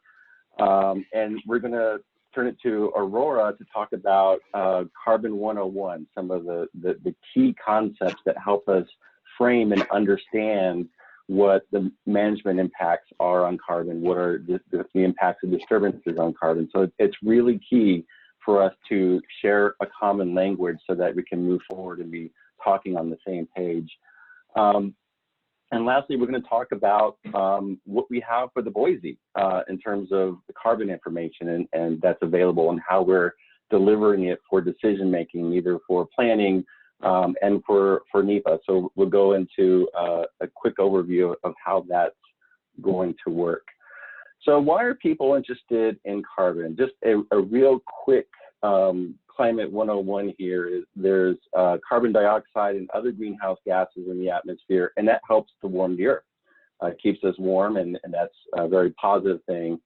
Too much of it, however, can warm the earth, and it has implications for changes in temperature and precipitation and related to climate. So in the very recently, our carbon concentrations have spiked, and they're continuing, are expected to continue to do so in the immediate future. So why forest? Well, forests and trees in the forest and plants and other vegetation take up and store carbon. And I like to think of it as through the process of photosynthesis. And I just coined the term of the rule of halves to try to understand a little bit about this. So about half of the carbon in forests is above ground nationwide, about half of the carbon is below ground, and about half of the dry biomass of wood, of the plants, is carbon. So there's a proverbial sea of carbon in our forests. So looking real quickly at the National Forest System regions in Region 4, Region 4, with its 12 forests, has about 865 million metric tons of carbon. That's about 8.4% of the entire National Forest System. But the Boise in context, the Boise has about 91 million metric tons of carbon, and that's roughly equivalent, if you were to think of all the carbon above and below ground, think about it in terms of emissions from cars, that's about 73 million cars in a single year. So there's 2 main reasons people are interested in carbon. One, they're concerned about the emissions and the effects on climate, as I mentioned. There's also a lot of interest in using management because forests offer a very affordable way to sequester carbon. And another term for that is mitigation. And also looking for opportunities to avoid loss of carbon, particularly with wildfire, insects, and disease, and that's more associated with adaptation. I have 2 papers here just for further reading in case you want to take a deeper dive into what the current state of carbon science, and you want to look at it, understand some carbon mitigation strategies on the landscape. So in terms of our policy, Forest Service policy, we're interested in it for, we need to look at it for 2 reasons. One is associated with our 2012 planning rule, and our planning rule takes in effect when a forests are going under revision. And it wants us to consider do an assessment of carbon stocks and look at the role of forests in sequestering carbon, look at the effects of disturbances, natural disturbances, insects, wildfire, and also just anthropogenic disturbances like management on carbon stocks. And I wanted to mention that this is generally typically focused, although not exclusively on carbon stocks and how they're changing. We're also responding to our 2009 NEPA guidance, which also compels us to consider climate effects. And part of that is related to carbon, because some of the disturbances will release carbon that potentially could affect climate, and also climate can also affect projects. So generally, NEPA is more oriented on focused on greenhouse gas emissions or carbon emissions. But I wanted to point this out, that these are really 2 sides of the same coin, because stocks can become emissions and emissions can become stocks. I also wanted to mention, because this is really worth noting, is that the Forest Service does not prioritize carbon over the whole suite of other ecosystem services.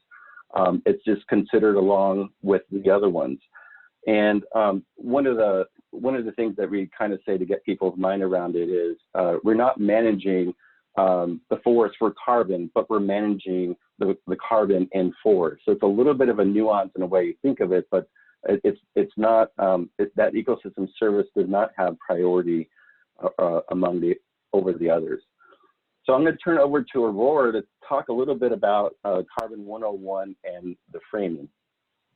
Sure, thanks, Duncan. So this cartoon right in front of you really sums up how I initially thought of carbon and how many other people think about it. So you can see everyone is blindfolded here and they're touching the elephant, but they're only perceiving like what they're feeling. So maybe it's a wall or a rope or a tree. Next, please. So like the elephant cartoon I just showed you, we see people taking different perspectives of carbon based on their understanding and the information presented right in front of them.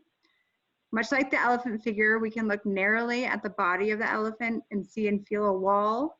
We convince ourselves it's a wall. That's the only information we have. Or we can look more broadly to see the whole picture and see the entire elephant and all of its parts. So these different perspectives on how to conceptualize the forest system is the greatest source of confusion. And so we're going to take a look at both the next few minutes. Next. So first, we will start with the narrow view, and this is the common view how many people see the forest system. The narrow view assumes 2 things. First, the only positive management approach is growing forests and planting trees, because by doing this, it takes up carbon from the atmosphere. And second, forest management activities such as timber harvesting, restoration, and prescribed fire immediately release carbon from the forest to the atmosphere, where the carbon is destined to stay forever. So this narrow view does not consider space and time or where the carbon goes when it leaves the ecosystem. It also does not consider the carbon cycle when forests begin to regrow after management activities. Next. So we know, and hopefully you guys know, that there's a lot more to the story of forest dynamics and carbon. Next. All right, so to better understand how trees and wood products store and cycle carbon, we'll pretend that the atmosphere is the landlord and carbon emissions are the tenants.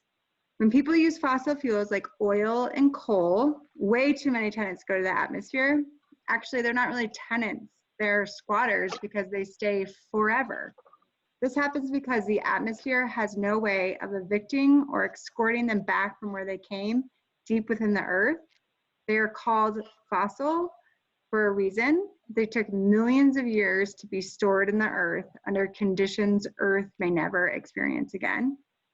Whereas if the only carbon emissions humans sent to the atmosphere were derived through decomposition or burning of wood and vegetation, sure, we would always have some tenants, but they would naturally cycle into new vegetation growth and not permanently control the dial of our thermostat like the fossil fuel squatters. So these biogenic carbon emissions would stay only the duration of their short-term contracts and politely leave over time as the regenerating forest calls them back. So on the right side of this graphic, the biogenic cycle returns the carbon through the regrowth of the forest, while on the left side, that same mechanism of sending carbon back does not exist for fossil fuels. Next. So now that we are clear about the role of the atmosphere as the landlord of carbon emissions, we are now ready to dive into the broad view of the forest system. So we know that forests are dynamic systems that naturally undergo changes in carbon storage and carbon release. They have natural boom and bust cycles. Carbon increases through growth and then decreases through some type of loss. Carbon uptake and storage occur during tree growth. Through the process of photosynthesis, growing trees remove carbon from the atmosphere. Carbon releases quickly from the forest, as in the case of intense wildfire, or slowly as the trees fall and decompose. Fallen decomposing trees release carbon very slowly to below ground carbon pools and later back into the atmosphere. Then forests regrow and recover the carbon lost. And this plays out over many decades. At any one time or point in the landscape, forests may be different at different stages of this progression. Next. So in front of us, we see the boom and bust cycle I just discussed as the inner cycle in this graphic. Timber harvesting transfers carbon off the forest ecosystem, and that carbon is stored in harvested wood products we use in our everyday lives, like lumber, paper, and fuel. Long-lived wood products, such as lumber or furniture, can store carbon for many decades or even centuries. Residues from harvested wood can also be used as an energy source. The carbon is released back to the atmosphere through energy generation, like the burning of wood pellets or logs in a stove. On the right side of this graphic, you can see those pesky fossil fuel emissions doing what they do, becoming lifetime squatters and freeloaders up in the atmosphere. But society can avoid those freeloaders when society uses wood products or bioenergy in place of fossil fuels like coal or oil. This is known as the substitution effect. So we avoid the permanent release of a fossil fuel-based carbon into the atmosphere. When people substitute wood products for fossil fuels and fossil fuel intensive materials, the unused fossil fuel carbon remains stored in the ground and does not enter the atmosphere. So we avoid those emissions altogether. So with these examples, it's possible to see how forest carbon, including the use of forest materials and forest regrowth, represent a closed loop cycle. For each of these closed loop pathways, the forest remains forest, it recovers and regrows, resulting in the uptake of carbon from the atmosphere once again. Next. So as I just mentioned, the closed loop system depends on forests regrowing and reabsorbing that carbon. And this happens with management activities we saw from the previous slide. However, if land use is converted to a non-forest, such as agriculture or a parking lot or a shopping mall, then there is no reabsorption of the carbon. The carbon is lost to the atmosphere. Some carbon will stay in the soil, but we will lose all the above ground carbon and it's never coming back.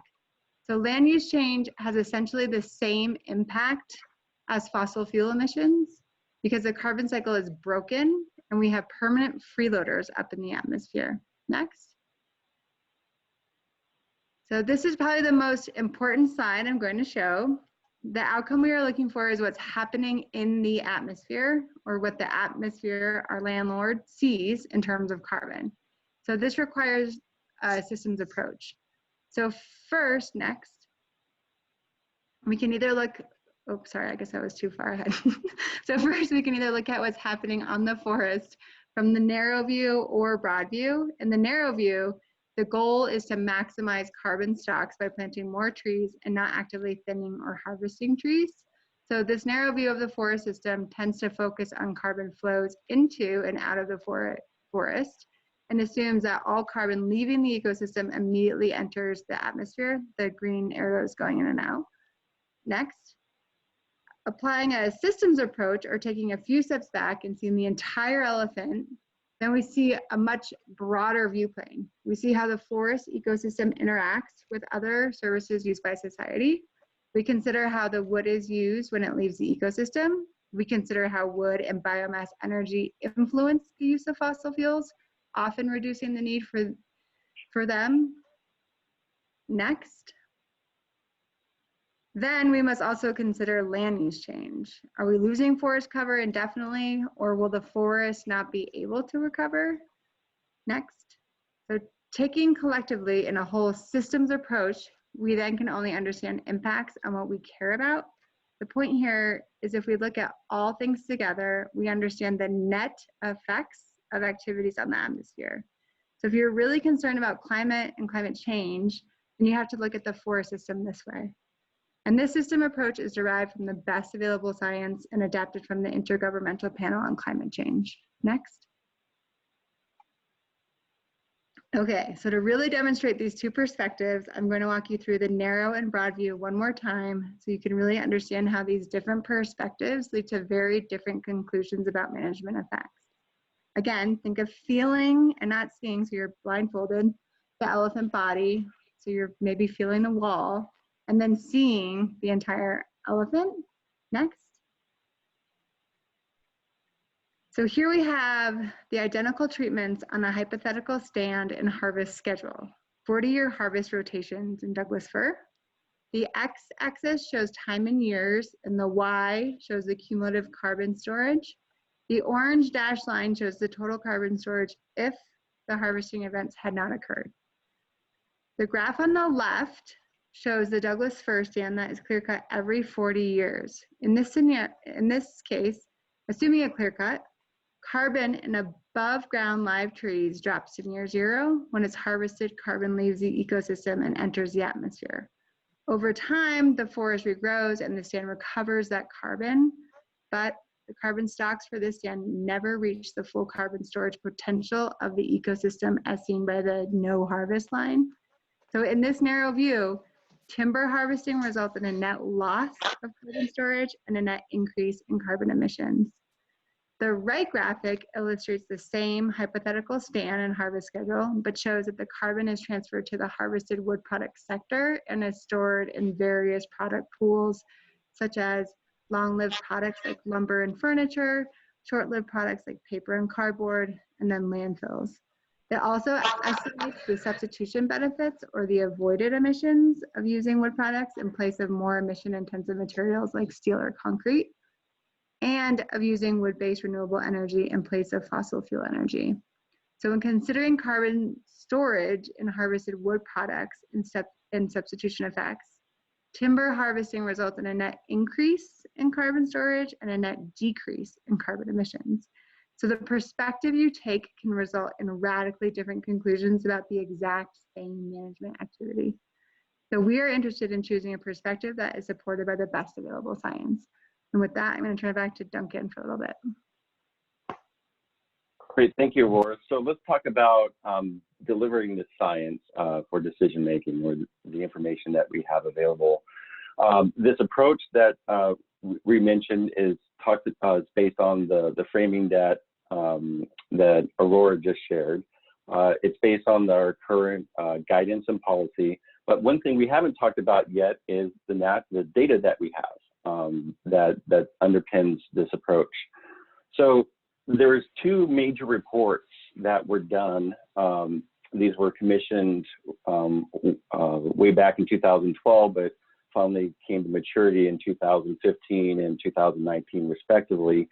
And these two reports have a tremendous amount of information. The one on the left talks about, looks at carbon stocks and how they're changing over a 23-year period. The one on the right, which is now a GTR, really examines disturbances, anthropogenic, but also natural disturbances on the national forest system, wildfire, insects, disease, wind if it's in the east, and also harvesting. So, and one of the things that's really cool about these is that these are done explicitly for the boundaries of each national forest in the entire system. So all 155 units have this information, and it's consistent nationally, done the same way. And to open up the hood a little bit, these are based on actually 4 models, but I'm going to talk about 3 right now. The first one is the carbon calculation tool. That's in the baseline report, and that's really based on the empirical FIA data, and it's just simple allometric conversions into in biomass into carbon, so we understand how much carbon is just there on the landscape. And this is done annually, so you can see how it's changing over time. And we have a 23-year record of that. The other stuff we have is what we call FORCAMP, Forest Carbon Management Framework. This is also based on FIA data, but it's augmented with Landsat imagery, where people digitized every single disturbance on every single national forest in the system over a 21-year period. And also they were able to grow the carbon, if you will, using Forest Vegetation Simulator. And then there was the Integrated Terrestrial Ecosystem Carbon Model, what we call INTEC, which takes the Landsat imagery, the FIA data, but also environmental factors such as CO2, atmospheric CO2 concentrations, nitrogen deposition, climate, age, and disturbance effects, and give you some really good information about that. So collectively, these models can ask us a whole bunch of questions that are super relevant in what we're interested in. The baseline model, for example, can tell you how much total carbon is on the landscape and how much is in the harvested wood products and how much has gone into the solid waste disposal site. So this is carbon storage in products that have left the forest system. We have FORCAMP that can look at how has management and other disturbances affected carbon on the landscape.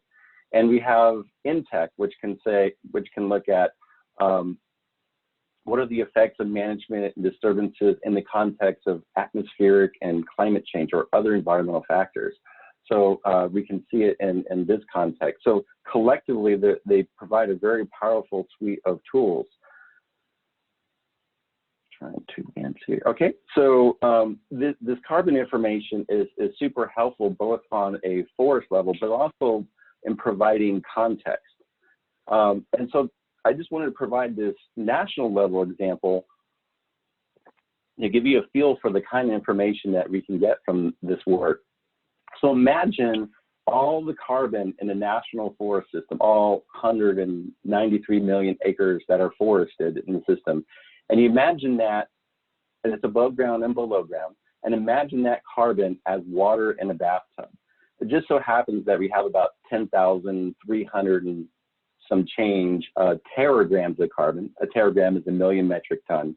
But for this instance, you can convert just, kind of mentally that into a teragram equals roughly an ounce in this situation, since there's 10,240 ounces in an 80-gallon tub. So imagine all that water. That's all the carbon in the national forest system.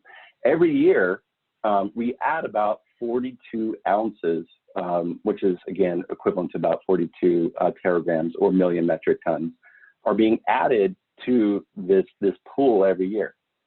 Now, through natural disturbances, insects, wildfires, disease, wind, what is draining, you can see at the bottom of the tub, we're losing about 8 ounces per year, okay? So the net difference between what is lost, well, I forgot to mention, what is leaving through timber harvesting, and I say leaving the tub because, and we use a towel there because it's useful stuff, it goes into forest products largely, is about 3 ounces. So to put that in context. So the net gain, the national forests overall are gaining about 31 ounces per year. and it's kind of interesting to put in context the amount that we're harvesting is 10 times less than what is being gained every year on a national level. So these are some really cool figures to kind of drive this point home, because the number seems really small for, timber harvesting. We're affecting 3 ounces out of 10,240. But if you look at it across the whole forest system, most of the forest system, including non-forested area and also what is congressionally designated or set aside for other purposes, most of the forest system is not suitable for timber harvesting. Of the section of the pie that is, across the entire Forest Service, we don't really harvest a large amount of it, only about 0.3% per year. So just to put that number in a little bit of context. So what's in this white paper that folks have been talking about? Well, it has the baseline report that we mentioned. It has the disturbance report and all the models inside that provide that information. We also use RPA, which is really good at kind of showing what might happen under certain scenarios in the future to carbon. And we also use in Region 4 the vulnerability assessment that was done. So all these collectively go into this assessment that's pretty comprehensive. You can see with the title headings there that we talked about the baseline, carbon stocks and fluxes, disturbances, future carbon conditions, and all kinds of really neat stuff. So it's a really comprehensive one-stop shop. I also want to mention that there are many, many other references, specific references that help fill out, but these are the major things that feed into it that we rely on. So what's going under the hood a little bit deeper, what kind of information do we have? I just want to go over this real quickly. If you're starting on the top left here, we have carbon stock information. This is specifically for the Boise. If you go to the second one over from the left on the top, you can see that's stock change. You can see that the Boise right now is looking like it's a little bit of a source. So it's losing carbon over a recent 21-year period. We have information on carbon pools, where ecosystem carbon pools, above ground, below ground, 7 different components. We also have information on carbon pools related to harvested wood products and also their final disposition in solid waste disposal sites. We have information on disturbances on the forest system, and we also know the intensity of those disturbances.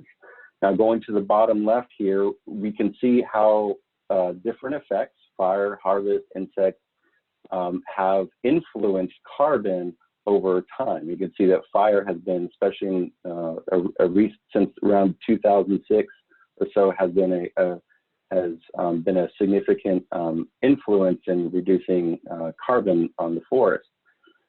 We can put what's going on in the Boise in context with all the national forests in the region. We can even do this nationally if there was desire to do so, but you can see how the Boise, which is the second one down, third one down, because we have all the national forest in the first box, but the third one down is the Boise. You can see how that compares to trends and patterns on all the national forests. We have really good information about forest age, stand age, and what's going on in the landscape, and that's really important because depending on the age, they're in different parts of their productivity curve. And lastly, we have information on climate and other effects. So we have information on CO2, climate effects, nitrogen deposition, and aging effects, which also has a big role in influencing carbon dynamics.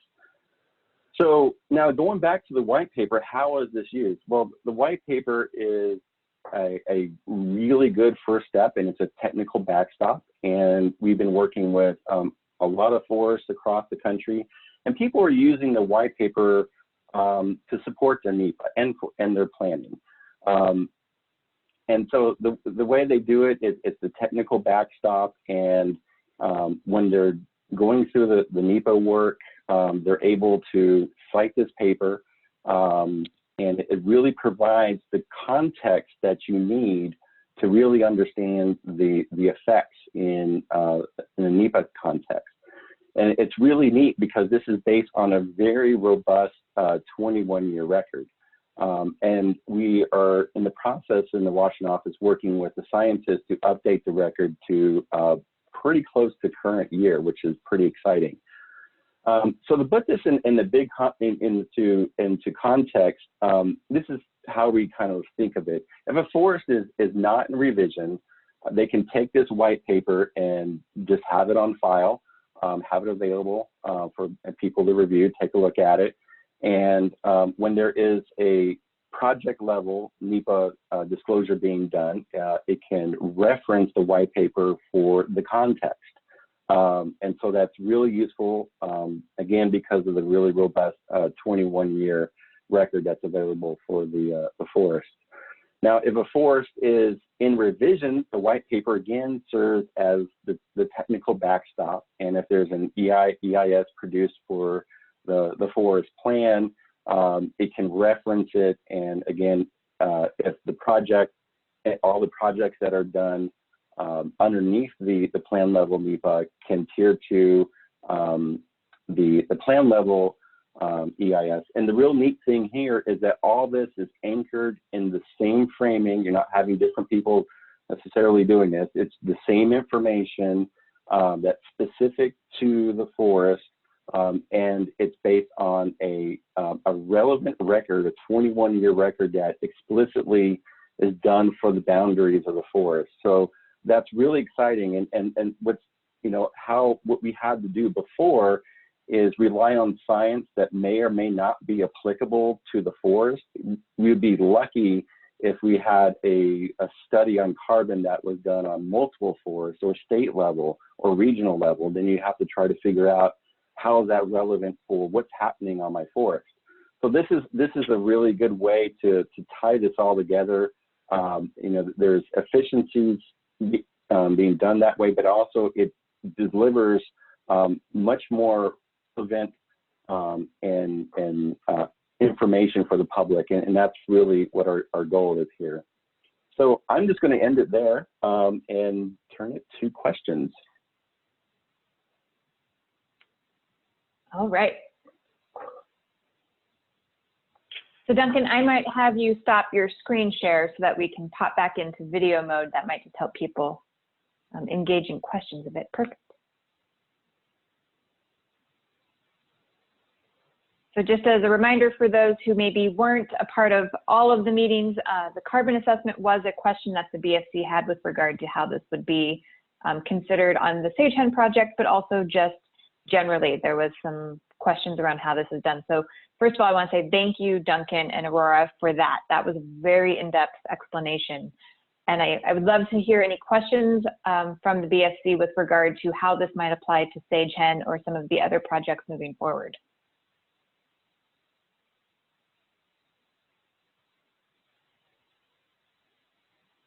We've stunned them. Art, are you jumping in? Yes. So in light of that, looking at the Sagehen situation with the tussock moth defoliation, what's actually going on out there in relation to the carbon? With regard to carbon? Okay.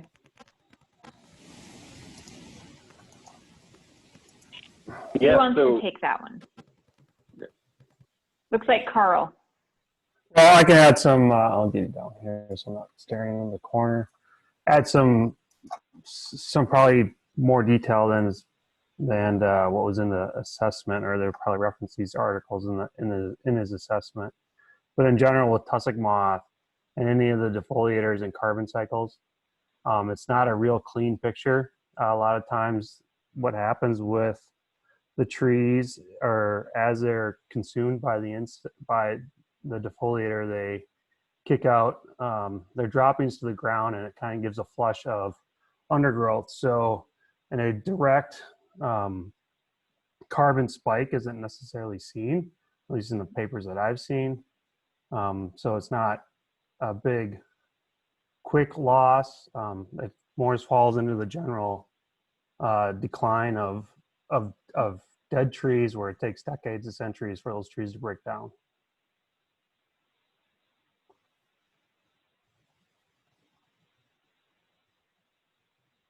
Did that answer your question, Art? Yeah, I think so. So, since the trees are going to store the carbon, what's the recovery on the cycle to get the carbon back in there, get the stand back into the carbon production?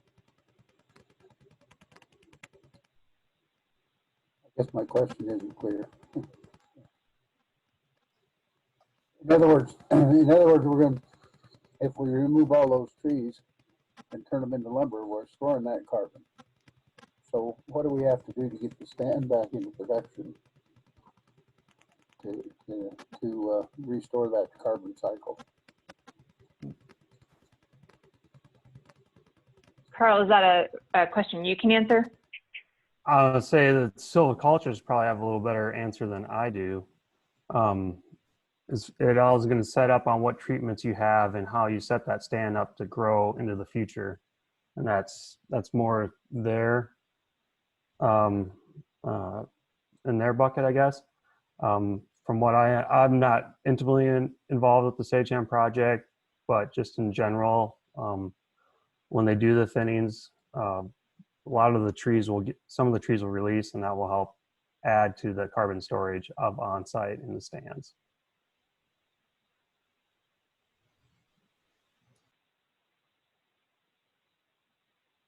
Okay. Does that get it to you, Art? Questions with regard to? Yeah, I think I understand what's going on out there. I just.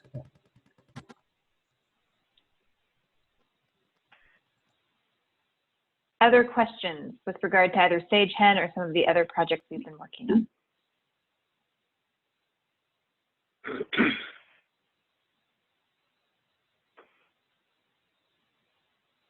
Okay.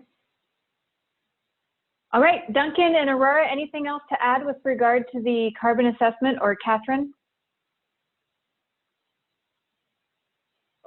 Just something that I think you guys were talking about, implying a little bit, was, the effects of wildfire, insects, and disease on carbon. And, especially wildfire, there's a little bit of a myth that there is, a lot of loss of carbon from the ecosystem. And the reality, it's not. If you think about it from that half of all the dry mass of trees, right, are carbon. What burns in the fire, even a high severity fire, is, the leaves, small branches, and the dust. And so even with the highest severity fires, you're only talking about perhaps losing 25% at most of the ecosystem, the carbon in the ecosystem. So that's really important to understand. And also with the insects and disease, that's even less, because you're just really dropping the needles, and there's a slow decay over time. And as those things are decaying, you have regrowth, hopefully pretty quickly, and you're gaining that carbon back again. So I just wanted to. There's also another reason why in the science you may not see it right away. Those types of peaks with our FIA data, because of the way we sample every 5 year or every 10 years, sometimes those disturbances don't pop up initially in the work. That's why we couple the work with the disturbance report that does have annual information on disturbances that are happening that year, so you can do a little bit of attribution to some of the trends that you're seeing. That's all I have. Great. All right. Well, thank you very much for joining us. And just as a reminder, this is recorded, so we do have the ability to review this again. And as we have additional questions around this, we can share this, but we can also follow up with Catherine. Okay, so we're just moving into our wrap up now, and I know that we've had a few people drop off, and that's fine. I know that 2.5 hours is a pretty big commitment over Zoom at this point. But what I do want to do is capture next steps with regard to Sagehen, as well as agenda items for our September meeting. I'll kick off that conversation stating that we do have one agenda item that I've been talking to both Lynn and Catherine about.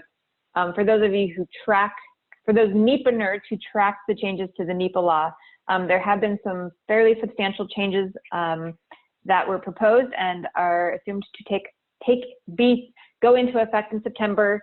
My understanding is that there is still then a period of time where the agencies will then have to spend time determining how that impacts their own internal processes.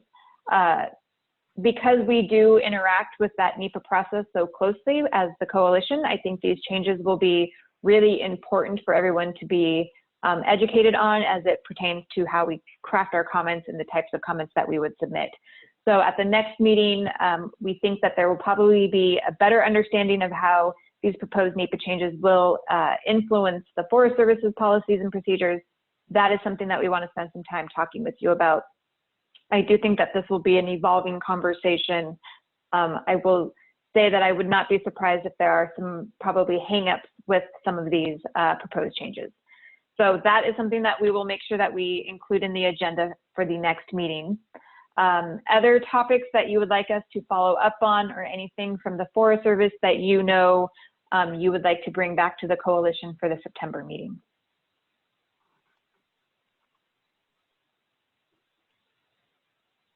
Randy? First, I think as a potential agenda item, with so much going on with shared stewardship and our different projects, it might be a good time for us to revisit our website and talk about updating that and bringing it to the next level. And I guess the second question would be for Catherine and Katie, and that is the Sagehen schedule. Are we still on track for a September release?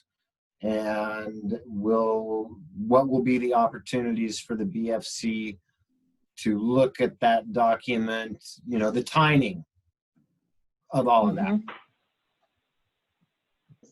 So yeah, I'm Catherine, jump in here as well. So there's a couple of items that we had brainstormed together that we thought would warrant coming back to the collaborative.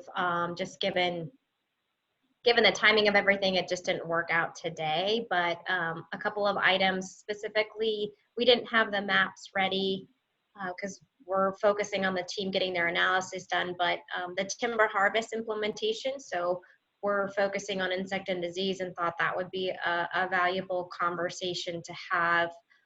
In addition, probably some conversations about the implementation guide and what that might look like. And then we can easily talk about timeframes. We're looking at close to those dates. Just with COVID and teleworking and systems, everything is, again, folks are working literally around the clock. It's just taken, we've had a couple of hiccups, no one's fault, just kind of inevitable. And so those were some of the items. And then I do know that there was some interest in looking at possibilities for kiosk locations with the ATV club. And so those were some of those outstanding items that we felt warranted coming back, but we just didn't have the time today. And Catherine, did I miss anything, or you want to clarify any of that?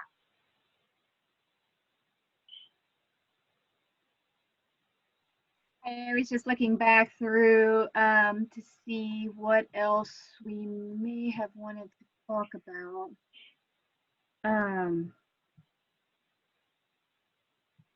Oh, we were gonna, if we have some additional information about America's Great Outdoors Act, I don't know if this is something that's come onto you guys' radar, but that is something that we're expecting to hear more about, and so we will share whatever information we have on that, so that you guys can get oriented alongside us as we get oriented to what this act means and how it can affect our forests and our program of work.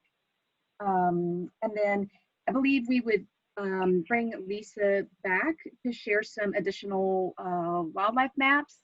She had a list of species today, but we can certainly bring her back and have her share some additional findings and those maps associated with it. And then, yeah, otherwise, Katie, I think that covered it. Right. Maurice, was that a stretch or was that a hand? Just a stretch. Okay. Randy. I appreciate Catherine and Katie, all that the whole Forest Service IDT has, and all the work that you're doing to put in for this.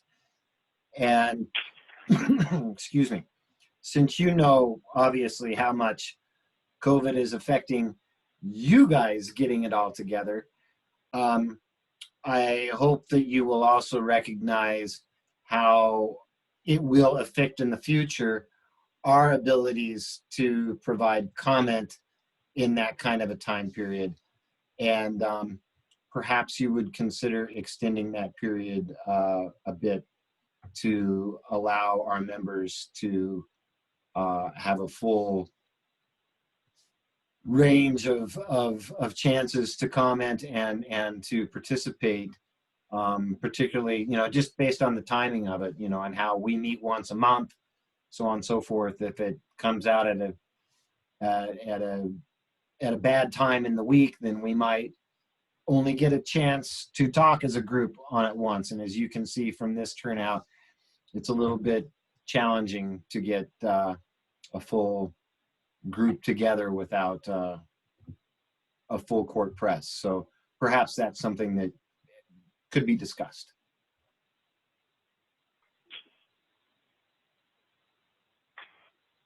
Okay. Other comments or questions with regard to next steps or action items?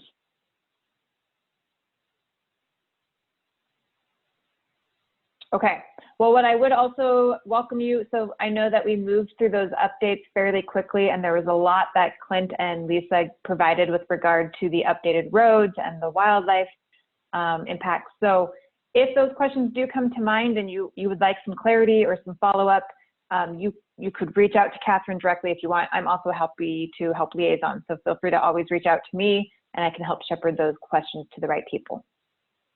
One question on update. Oh, go ahead, Maurice. On the maps and things that Lisa and that everybody used, have those been put up on the website yet in your NEPA document, or when will those go up so that everybody can see those and share that information? Yeah, so they'll definitely be made available with the publication of the EA. Yeah, right now, like a lot of the maps, for the timber harvesting and the temp roads, they're pretty much done, but we still have some cleanup to do on them. It's not a final product. So we're still, our GIS shop has been facing all kinds of challenges with software issues and our firewalls. So, everything GIS wise has been running a little longer than we would have hoped it would have. But so that's why, we were just kind of being a little bit leery. We wanted to go ahead and share them in the interest of being transparent and giving you guys information that we have that we felt like that we can share. But just right now, they're not really ripe for posting anywhere. But they'll definitely all be made publicly available with the publication of the EA. Well, I guess the only thing that I was looking at was, yes, we got a quick look at them on the screen today, but that was maybe they need some more study by some of the people. And so is there any way that we can get access to look at some of those? Or is that what we're gonna have to go back to Elizabeth and have her since she's recording it, some way figure out how to get some of that information that we might need to look at, for some of the roads and some of the timber harvest that we're taking out, and some of the wildlife things that are, So So Catherine and I talked about this, and appreciate you bringing the conversation forward, and I will take full responsibility. We've got a GIS specialist assigned to the project, and we're really trying to clean up the maps. That was our highest priority, so that specialists could continue to work through their analysis, so we're not holding up that time frame. And so there's a lot of tweaks that we've, I think Clint Van Zyl spent a ton of time reviewing the maps and making refinements.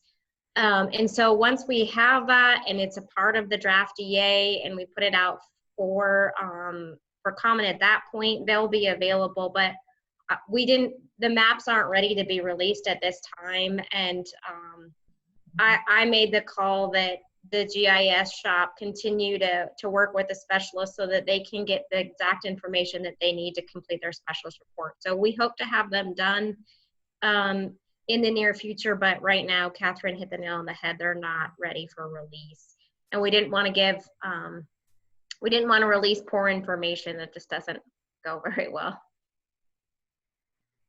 Well, you know, that's fine, Catherine, but we've got to have a little bit of time once that thing comes out so that we can see what's changed and what, you know, where you've responded to what we had comments on, and whether it went yay or nay, or, you know, whichever way that it's gone, so that, you know, then we can have more comment from the BFC supporting what hopefully, you know, has been done with the comments that we've given you to work with, and hopefully you know, change the document to show those things.